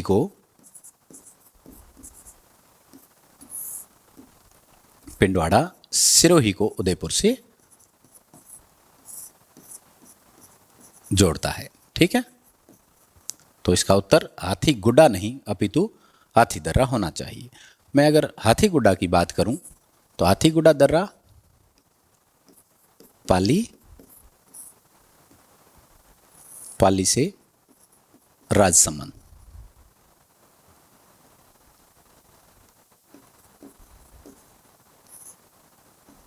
और राजसमंद से उदयपुर को जोड़ता है। ठीक है, सिरोही इसमें भी मार्ग में नहीं आता है, इसलिए उत्तर तो होना चाहिए हाथी दर्रा। अगर ऑप्शन के हिसाब से कहें तो ये हाथीगुड्डा भी हो सकता है कि आरपीएससी इसको मान ले। ठीक है, तो नेक्स्ट है, लूनी बेसिन अथवा गोडवाड़ क्षेत्र में कौन सा जिला समूह शामिल है? बहुत सिंपल और बहुत बेसिक सवाल है ये, क्योंकि हम बार बार गोडवाड़ प्रदेश लूनी बेसिन की बात करते हैं और इसके अंतर्गत हम लूनी बेसिन के जोधपुर, पाली, जालोर और बाड़मेर को शामिल करते हैं। जैसा कि अपने यहाँ क्लास नोट्स के अंदर भी यहाँ सर ने लिखा है, बाड़मेर, जोधपुर, पाली और जालोर जिलों में इसका विस्तार रहेगा, और बाड़मेर के अंतर्गत बालोतरा क्षेत्र इसमें शामिल किया गया है। ठीक है, तो इसका उत्तर रहेगा ऑप्शन नंबर 3। नेक्स्ट, निम्न में से कौन सा जिला और झीलों का समूह सुमेलित नहीं है? ये भी बहुत सिंपल सा है, क्योंकि इसके अंदर जो झीलों का इसमें झीलें दे रखी हैं, इसके अंदर अब हमें यहाँ पर कौन सा सुमेलित नहीं है ये पूछा गया है। अलवर के अंदर झीलों की बात करें तो टोरडी सागर जो झील है, ये टोरडी सागर झील कहाँ है? टोंक में। और बुझ झील के बारे में हम बहुत बार पढ़ते हैं कि ये काक नदी के द्वारा बनाई गई एक मीठे पानी की झील है, जो कि जैसलमेर में अवस्थित है। ठीक है, ये जैसलमेर में अवस्थित है, तो हमें उत्तर पहले ही ऑप्शन में मिल गया। बाकी जयपुर में गलताजी हैं, रामगढ़ हैं, उदयपुर में फतेह सागर जयसमंद हैं, बीकानेर में अनूप सागर और गजरूप सागर है, या गजनेर हैं, जो आप लोग यहाँ से देख सकते हैं। ये हैं टोरडी सागर टोंक में, इसलिए ये यहाँ से हमें उत्तर मिल गया ऑप्शन नंबर 1। नेक्स्ट, राजस्थान पर्यटन इकाई नीति पहली बार निम्न में से किस वर्ष शुरू की गई? पर्यटन इकाई नीति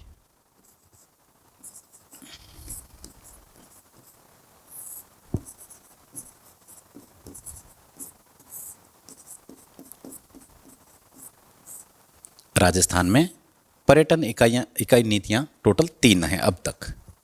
पहली 2007 में आई, दूसरी 2015 में, और इन दोनों ही टाइम वसुंधरा राजे सीएम हुआ करते थे इनके कार्यकाल में, और तीसरी हाल ही में 2024 में, जिसे नवीनतम पर्यटन इकाई नीति कहा जाता है। इसमें ज़्यादा चर्चित रही हैं 2015 की, जबकि पहली पर्यटन इकाई नीति 2007 है। ठीक है, ऑप्शन नंबर 2। नेक्स्ट, अरावली की निम्नलिखित चोटियों पर विचार करें और हमें इन चोटियों में से ये बताना है कि कितनी चोटियां दक्षिणी अरावली में शामिल है। ठीक है, बहुत सिंपल सी बात है। हम लोग जब इन अरावली की चोटियों को पढ़ते हैं तो इसके अंतर्गत आप देख सकते हैं कि यहाँ जो बहुत सिंपल सा है कि ये मध्य अरावली में नाग की पहाड़ियाँ अजमेर में हैं। बिलाली भी की चोटी की बात करें तो ये अलवर क्षेत्र के अंतर्गत, और झुंझुनू में बिलाली, और अचलगढ़ की बात करें तो ये सिरोही के अंदर है, और जरगा की बात करें तो ये है उदयपुर में। ठीक, तो जरगा और अचलगढ़ ये दोनों ही कहाँ हैं? दक्षिणी अरावली में है। ठीक है, जैसा कि आप इसमें देख सकते हैं, ये अचलगढ़ सिरोही क्षेत्र में दक्षिण अरावली का भाग है। ठीक है, तो इस प्रकार से हम इसमें देख सकते हैं कि सी और डी इसका उत्तर सही रहेगा, option number D. Next, one विभाग राजस्थान के प्रशासनिक प्रतिवेदन 2023-24 के अनुसार राजस्थान में रक्षित, जब भी इस प्रकार से प्रशासनिक वर्गीकरण आता है तो प्रशासनिक वर्गीकरण का हालांकि सवाल बहुत इजी रहता है, इसमें ज़्यादा फेरबदल भी नहीं है।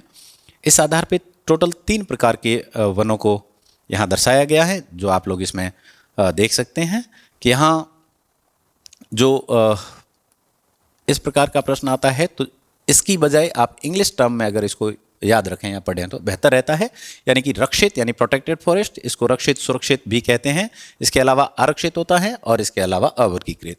तो इसमें राजस्थान में सबसे ज़्यादा प्रोटेक्टेड फॉरेस्ट है जो इस ऑप्शन के अनुसार 56.51 है, बाकी ये 56.49% यानी कि 4% लगभग रहते हैं, इसलिए इसका बेहतर उत्तर रहेगा ये।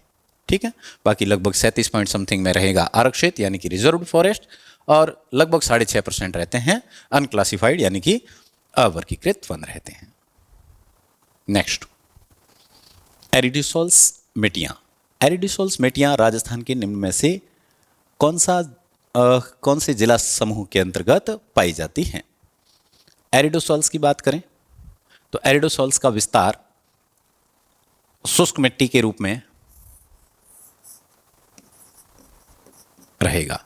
ठीक, ये शुष्क मिट्टियां होती हैं जो राजस्थान के मरुस्थलीय क्षेत्र में एरिडोसोल्स और एंटीसोल्स दोनों पाई जाती हैं। ठीक है, तो इसके अंतर्गत हम यहाँ अपने जो टेस्ट सीरीज चल रही थी इसमें भी ये प्रश्न दिया गया था। आप देख सकते हैं कि एरिडोसोल्स, एल्फी, एंटी वर्टी इनको आपस में मिलान करना था, तो इससे आप लोग आराम से मिलान कर सकते हैं कि एरिडोसोल्स व्याख्या में भी स्पष्ट दिया हुआ है, सीकर, चूरू, झुंझुनू, नागौर, डीडवाना, कुचामन आदि क्षेत्र के अंतर्गत रहेगी। तो इस तरह से हम इसमें देख सकते हैं कि इसका बेहतर उत्तर क्या रहेगा? चूरू और झुंझुनू। ओके, नेक्स्ट, कौन सा सुमेलित नहीं है? खनिज दिए गए हैं और दूसरी तरफ खनन क्षेत्र। अपने आप में एक नया प्रश्न कह सकते हैं, नया हालांकि ऐसे नहीं कह सकते, लेकिन फिर भी यहाँ पर इस प्रश्न के अंदर जो ऑप्शंस दिए गए हैं वो काफ़ी डीप दिए गए हैं। इस तरह से हम इसके अंदर यह प्रयास करते हैं कि इसके अंदर कौन सा वर्ग या जोड़ा असुमेलित है। ठीक है, पहले यहाँ पर हम बात करते हैं रॉक फॉस्फेट की। मटून और धौल की पाल, ये रॉक फॉस्फेट के धाम का इसमें दक्कन कोटड़ा, मटून, धौल की पाल, ये रॉक फॉस्फेट के क्षेत्र हैं, बिल्कुल सुमेलित हैं ये। सिलीशियस अर्थ की बात करें तो सिलीशियस अर्थ बाड़मेर और जैसलमेर के अंतर्गत पाया जाता है, और बाड़मेर के अंतर्गत अगर बात करें तो धारवी और शिव क्षेत्र रहेगा, और आगे की जैसलमेर के अंदर बात करें तो मंडाई, फतेहगढ़, रिवड़ी आदि क्षेत्र है जो कि जैसलमेर के हैं। तो यहाँ इन दोनों क्षेत्रों पर पाया जाता है, तो इसका मतलब ये भी यहाँ जोड़ा सही है। फिर सिलिका सैंड यानी कि कांच मिट्टी की बात करें तो कांच मृतिका का मुर्द और गुढ़ा ये भी सही है, लेकिन इसमें अलीपुरा और रूपनगर है वो घिया पत्थर के क्षेत्र नहीं है, यानी कि ये हमारा उत्तर रहेगा ऑप्शन नंबर 2।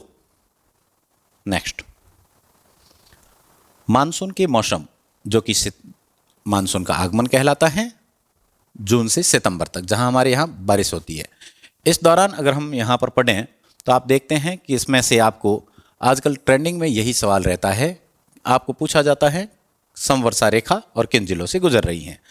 क्लास के अंदर बकायदा आपको इसके संबंध में भी बताया गया है कि ये सामान्यतः राज्य को 2 समान भागों में विभाजित करने वाली एक बहुत ही महत्वपूर्ण समवर्षा रेखा है। इसका क्षेत्र सिरोही, जालोर, पाली, नागौर, सीकर और झुंझुनू जिले हैं। तो आप इसमें से स्पष्ट रूप से यहाँ देख सकते हैं सीकर और झुंझुनू से होकर गुजरती हैं। और वैसे भी आप इसको उत्तर निकाल सकते हैं कि धौलपुर और टोंक में तो हो नहीं सकती हैं क्योंकि ये आर्द्र क्षेत्र के अंतर्गत आते हैं। डूंगरपुर और बांसवाड़ा में ये अति आर्द्र में आते हैं, यहाँ हो नहीं सकती हैं। हनुमानगढ़ और गंगानगर जो ज़्यादा पश्चिम में है, यहाँ से लगभग आप 20 से 30 सेंटीमीटर को रख सकते हैं।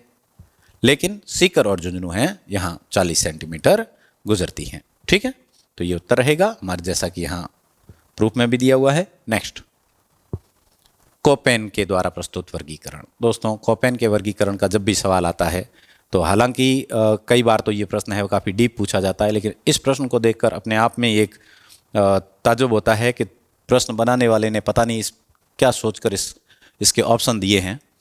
पूछा गया है, आप बिल्कुल इजीली यहाँ इसको आप सॉल्व कर सकते हैं। BSHW यानी कि ये स्टेपी तुल्य जलवायु प्रदेश की बात कर रहा है।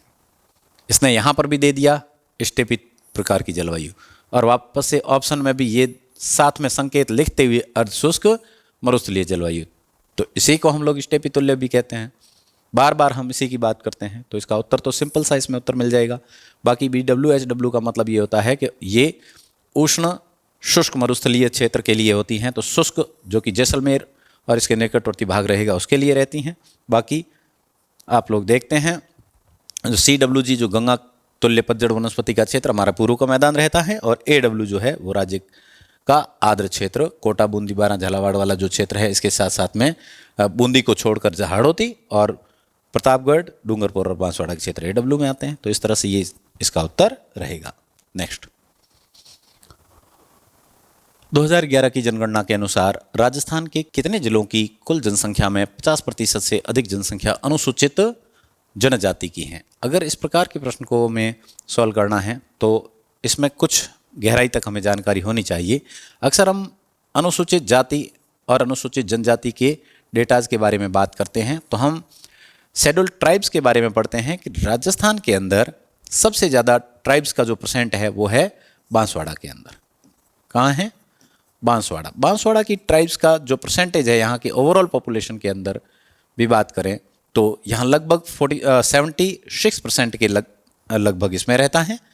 और इसके बाद में बात करते हैं डूंगरपुर, यहाँ पर भी अबो 70% है दूसरा।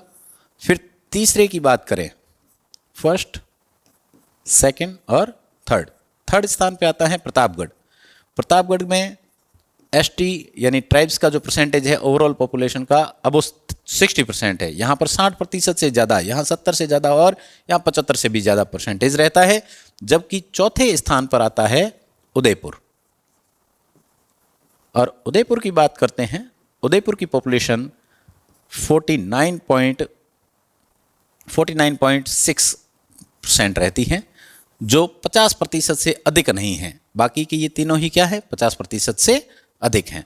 इसलिए इसने पूछा है कितने जिलों की, तो हम इसमें कह सकते हैं टोटल 3 जिलों की। ओके, नेक्स्ट, 20वीं पशु गणना 2019 के अनुसार राजस्थान किस पशुधन समूह में देश में पहला स्थान रखता है?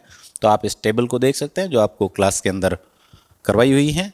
तो इसके अनुसार हम देखें तो ये देखिएगा, गोवंश की बात करें तो गोवंश में हमारा स्थान 6वां है। जबकि पहला स्थान आप देख सकते हैं बकरी के अंतर्गत, बकरी की संख्या में पहला स्थान है। और ऊंट की श्रेणी में भी पहला स्थान है। साथ ही साथ गधा और खच्चर की श्रेणी में भी राजस्थान देश के अंदर पहला स्थान रखता है। तो इस तरह से बकरी, ऊंट और गधे राजस्थान में सबसे ज़्यादा है।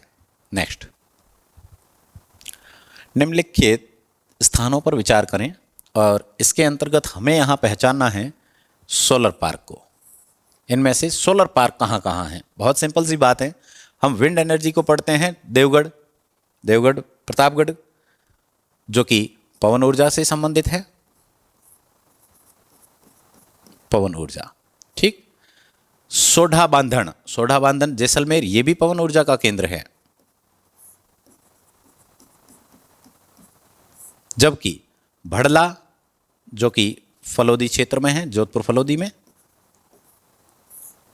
और फतेहगढ़ जैसलमेर, इन दोनों ही जगह पर सोलर पार्क स्थापित किए गए हैं और भड़ला को हम एशिया के सबसे बड़े सोलर पार्क के रूप में भी पढ़ते हैं। तो इस प्रकार से यहाँ पर भी आप देख सकते हैं, अपना टेस्ट सीरीज का प्रश्न है भड़ला सोलर पार्क के संबंध में, तो आप इसमें भी देख सकते हैं। और इसका एक और जो 49 नंबर पे जो सवाल है पवन ऊर्जा के क्षेत्रों के संबंध में, ये सोडा बांधन होता है ये, तो यहाँ से देख सकते हैं, देवगढ़ को देख सकते हैं, ये पवन ऊर्जा के क्षेत्र है, ना कि सोलर के हैं। तो इस तरह से हम इसको पहचान सकते हैं, सी और डी, यानी कि उत्तर है सी डी। नेक्स्ट, 2011 की जनगणना के अनुसार हमें राजस्थान की ग्रामीण साक्षरता दर को पहचानना है। ग्रामीण साक्षरता दर, यहाँ आप इन आंकड़ों पर गौर करें तो राजस्थान की साक्षरता दर को देख सकते हैं, जिसमें राजस्थान की ओवरऑल साक्षरता दर है 66.1।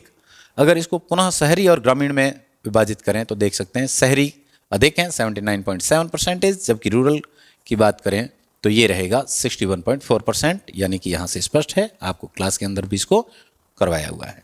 ठीक है, नेक्स्ट, भारत में बाजार उत्पादन में राजस्थान का कौन सा स्थान है? भारत में बाजरा उत्पादन की दृष्टि से बात करें तो जैसा कि हम बाजरे के संबंध में कहते हैं कि बाजरा खुद अपनी विशेषता को बताता है।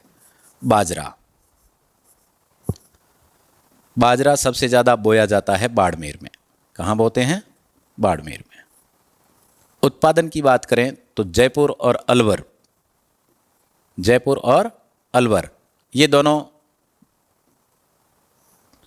कभी अलवर का पहला स्थान आता है उत्पादन में, कभी जयपुर का आता है। तो बाजरा बोया जाता है सबसे ज़्यादा बाड़मेर में, उत्पादन होता है जयपुर या अलवर में, और देश के अंदर राजस्थान का उत्पादन और बुआई में दोनों में पहला स्थान रहता है। ठीक है, दोनों में, इसलिए उत्तर है ऑप्शन नंबर 1। ये भी अपनी टेस्ट सीरीज का क्वेश्चन नंबर 29 है। ठीक है, बाजरा। ओके, नेक्स्ट है, निम्न में से किस सिंचाई परियोजना में केवल ड्रिप और फव्वारा, ये बहुत कॉमन और सिंपल सा ये सवाल है जिसमें हमने क्लास के अंदर भी इस पर बात की हुई है कि नर्मदा नहर परियोजना की एक विशेषता यही है कि ये ड्रिप या फिर जिसको हम बूंद बूंद सिंचाई परियोजना की बात करते हैं, इसके अंतर्गत ये एक इसकी खास विशेषता है, बूंद बूंद सिंचाई परियोजना नर्मदा नहर। ठीक है, ये देखें, इसके अंदर आप देख सकते हैं ये फुहारा सिस्टम। इसके नेक्स्ट, उद्योग से संबंधित सवाल है। राजस्थान में जेट्रो, जापानी बाह्य व्यापार संगठन, जैसा कि हम जानते हैं जापानी कंपनी जेट्रो जो भारत सरकार के संयुक्त तत्वाधान में राजस्थान की रिको के साथ ये एक संयुक्त उपक्रम के रूप में काम कर रहा है। इन्होंने जेट्रो कंपनी ने, यूँ कहें तो आप जापानी पार्क की भी बात कर सकते हैं, और साथ ही साथ जो DMIC प्रोजेक्ट है, इस DMIC यानी कि दिल्ली मुंबई इंडस्ट्रियल कॉरिडोर का प्रोजेक्ट है, इसके अंदर भी इसकी महत्वपूर्ण भूमिका है। तो इसके द्वारा अलवर क्षेत्र के अंदर पहली बार नीमराणा के अंदर पहला जापानी पार्क स्थापित किया गया। ये है पहला, जबकि दूसरा गिलोट के अंदर शुरू किया जा रहा है। तो पहला है जापानी नीमराना। ठीक, नेक्स्ट, एक और सवाल है जो कि वन्य जीव संपदा से संबंधित है। एक तरफ दिए गए हैं कंजर्वेशन रिजर्व और दूसरी तरफ उसकी लोकेशन है। बहुत सिंपल सी बात है। उमेदगंज एक पक्षी अभ्यारण्य है जो कि कोटा के अंदर है। रणखार जालोर सांचौर क्षेत्र के अंदर है। खींचन फलोदी के अंदर है, जिसको हाल ही में राजस्थान के अंदर खींचन को रामसर साइट का दर्जा भी दिया गया है। राजस्थान की नई रामसर साइट के रूप में भी खींचन काफ़ी चर्चाओं में रहा था, इसलिए खींचन। और बालेश्वर को हम पढ़ते हैं नीमका थाना क्षेत्र के अंतर्गत। ठीक है, सीकर। और बालेश्वर एरिया वाइज सबसे बड़ा कंजर्वेशन रिजर्व भी है। ठीक है, तो इसका उत्तर होगा हमारा 3-1-4-2। 3-1-4-2। ओके, नेक्स्ट, बाजरा और जौ की किस्में कुछ कॉमन किस्में हैं जो कि पूछी जाती हैं, बहुत बार पूछी जाती हैं, तो आप यहाँ से इसको आसानी से पहचान सकते हैं कि राज 171 और आरसीबी 911 के साथ में इसको पहचान सकते हैं। राज 171 बहुत बार पूछी गई बाजरा की किस्म है, तो ये है बाजरा की किस्म। आप इसमें टेस्ट सीरीज के सवाल में भी इसको यहाँ देख सकते हैं। ठीक है, नेक्स्ट, निम्न जिलों में से किन में सूखे की पुनरावृत्ति 8 वर्ष में एक बार है? सूखे की पुनरावृत्ति मतलब एक तरह से अकाल की स्थितियां। अकाल की पुनरावृत्तियां ज़्यादा होती कहाँ हैं? पश्चिमी राजस्थान में, जहां बारिश कम होती है। कम कहाँ होगी? तो पूर्वी राजस्थान में, और इसका बेहतर उत्तर होगा धौलपुर और भरतपुर। ओके, नेक्स्ट है, लूणी नदी के जल प्रदूषण का क्या कारण है? लूणी नदी के जल प्रदूषण की बात करें तो इसका सबसे मुख्य कारण है रंगाई छपाई। आप यहाँ पर देख सकते हैं कि जैसे लूणी नदी की सहायक नदियों में बांडी नदी आती हैं जो पाली से आती हैं, और पाली से आने पर इस नदी के द्वारा पाली के जो महाराजा उमेद सिंह मिल की बात करें, या पाली खुद अपने आप में एक तरह से ये इंडस्ट्रियल एरिया है, और उस पूरे रंगाई छपाई के जितने भी जो वहाँ की फैक्ट्रीज है उसका कचरा बांडी में डालते हैं। बांडी के अंदर से होते हुए ये लूणी में जब शामिल होती है तो ये कचरा लूणी में आता है। फिर आगे की ओर लूणी की कुछ और सहायक नदियाँ जो कि जोधपुर से होकर आ रही हैं, तो हम इसकी भी बात करते हैं जिसमें जोजड़ी हैं, ये भी जोधपुर के कचरे को लाकर इसमें शामिल करती हैं। फिर बालोतरा की बात करते हैं तो बालोतरा लूणी के किनारे हैं, और ये भी रंगाई छपाई उद्योग का एक मुख्य केंद्र है। इसलिए इसके रंगाई छपाई उद्योग के कारण लूणी में सबसे ज़्यादा जल का प्रदूषण होता है, जो आप लोग यहाँ से इसको देख सकते हैं। ठीक है, तो ये रासायनिक अवशिष्ट यानी कि कपड़ा उद्योग इसमें मुख्य भूमिका निभाता है। तो इस तरह से ये थे अपने राजस्थान भूगोल के 21 प्रश्न और इनका सॉल्यूशन। फिर से नए एग्जाम सॉल्यूशन के साथ फिर से हाजिर होंगे। बहुत शुक्रिया, धन्यवाद।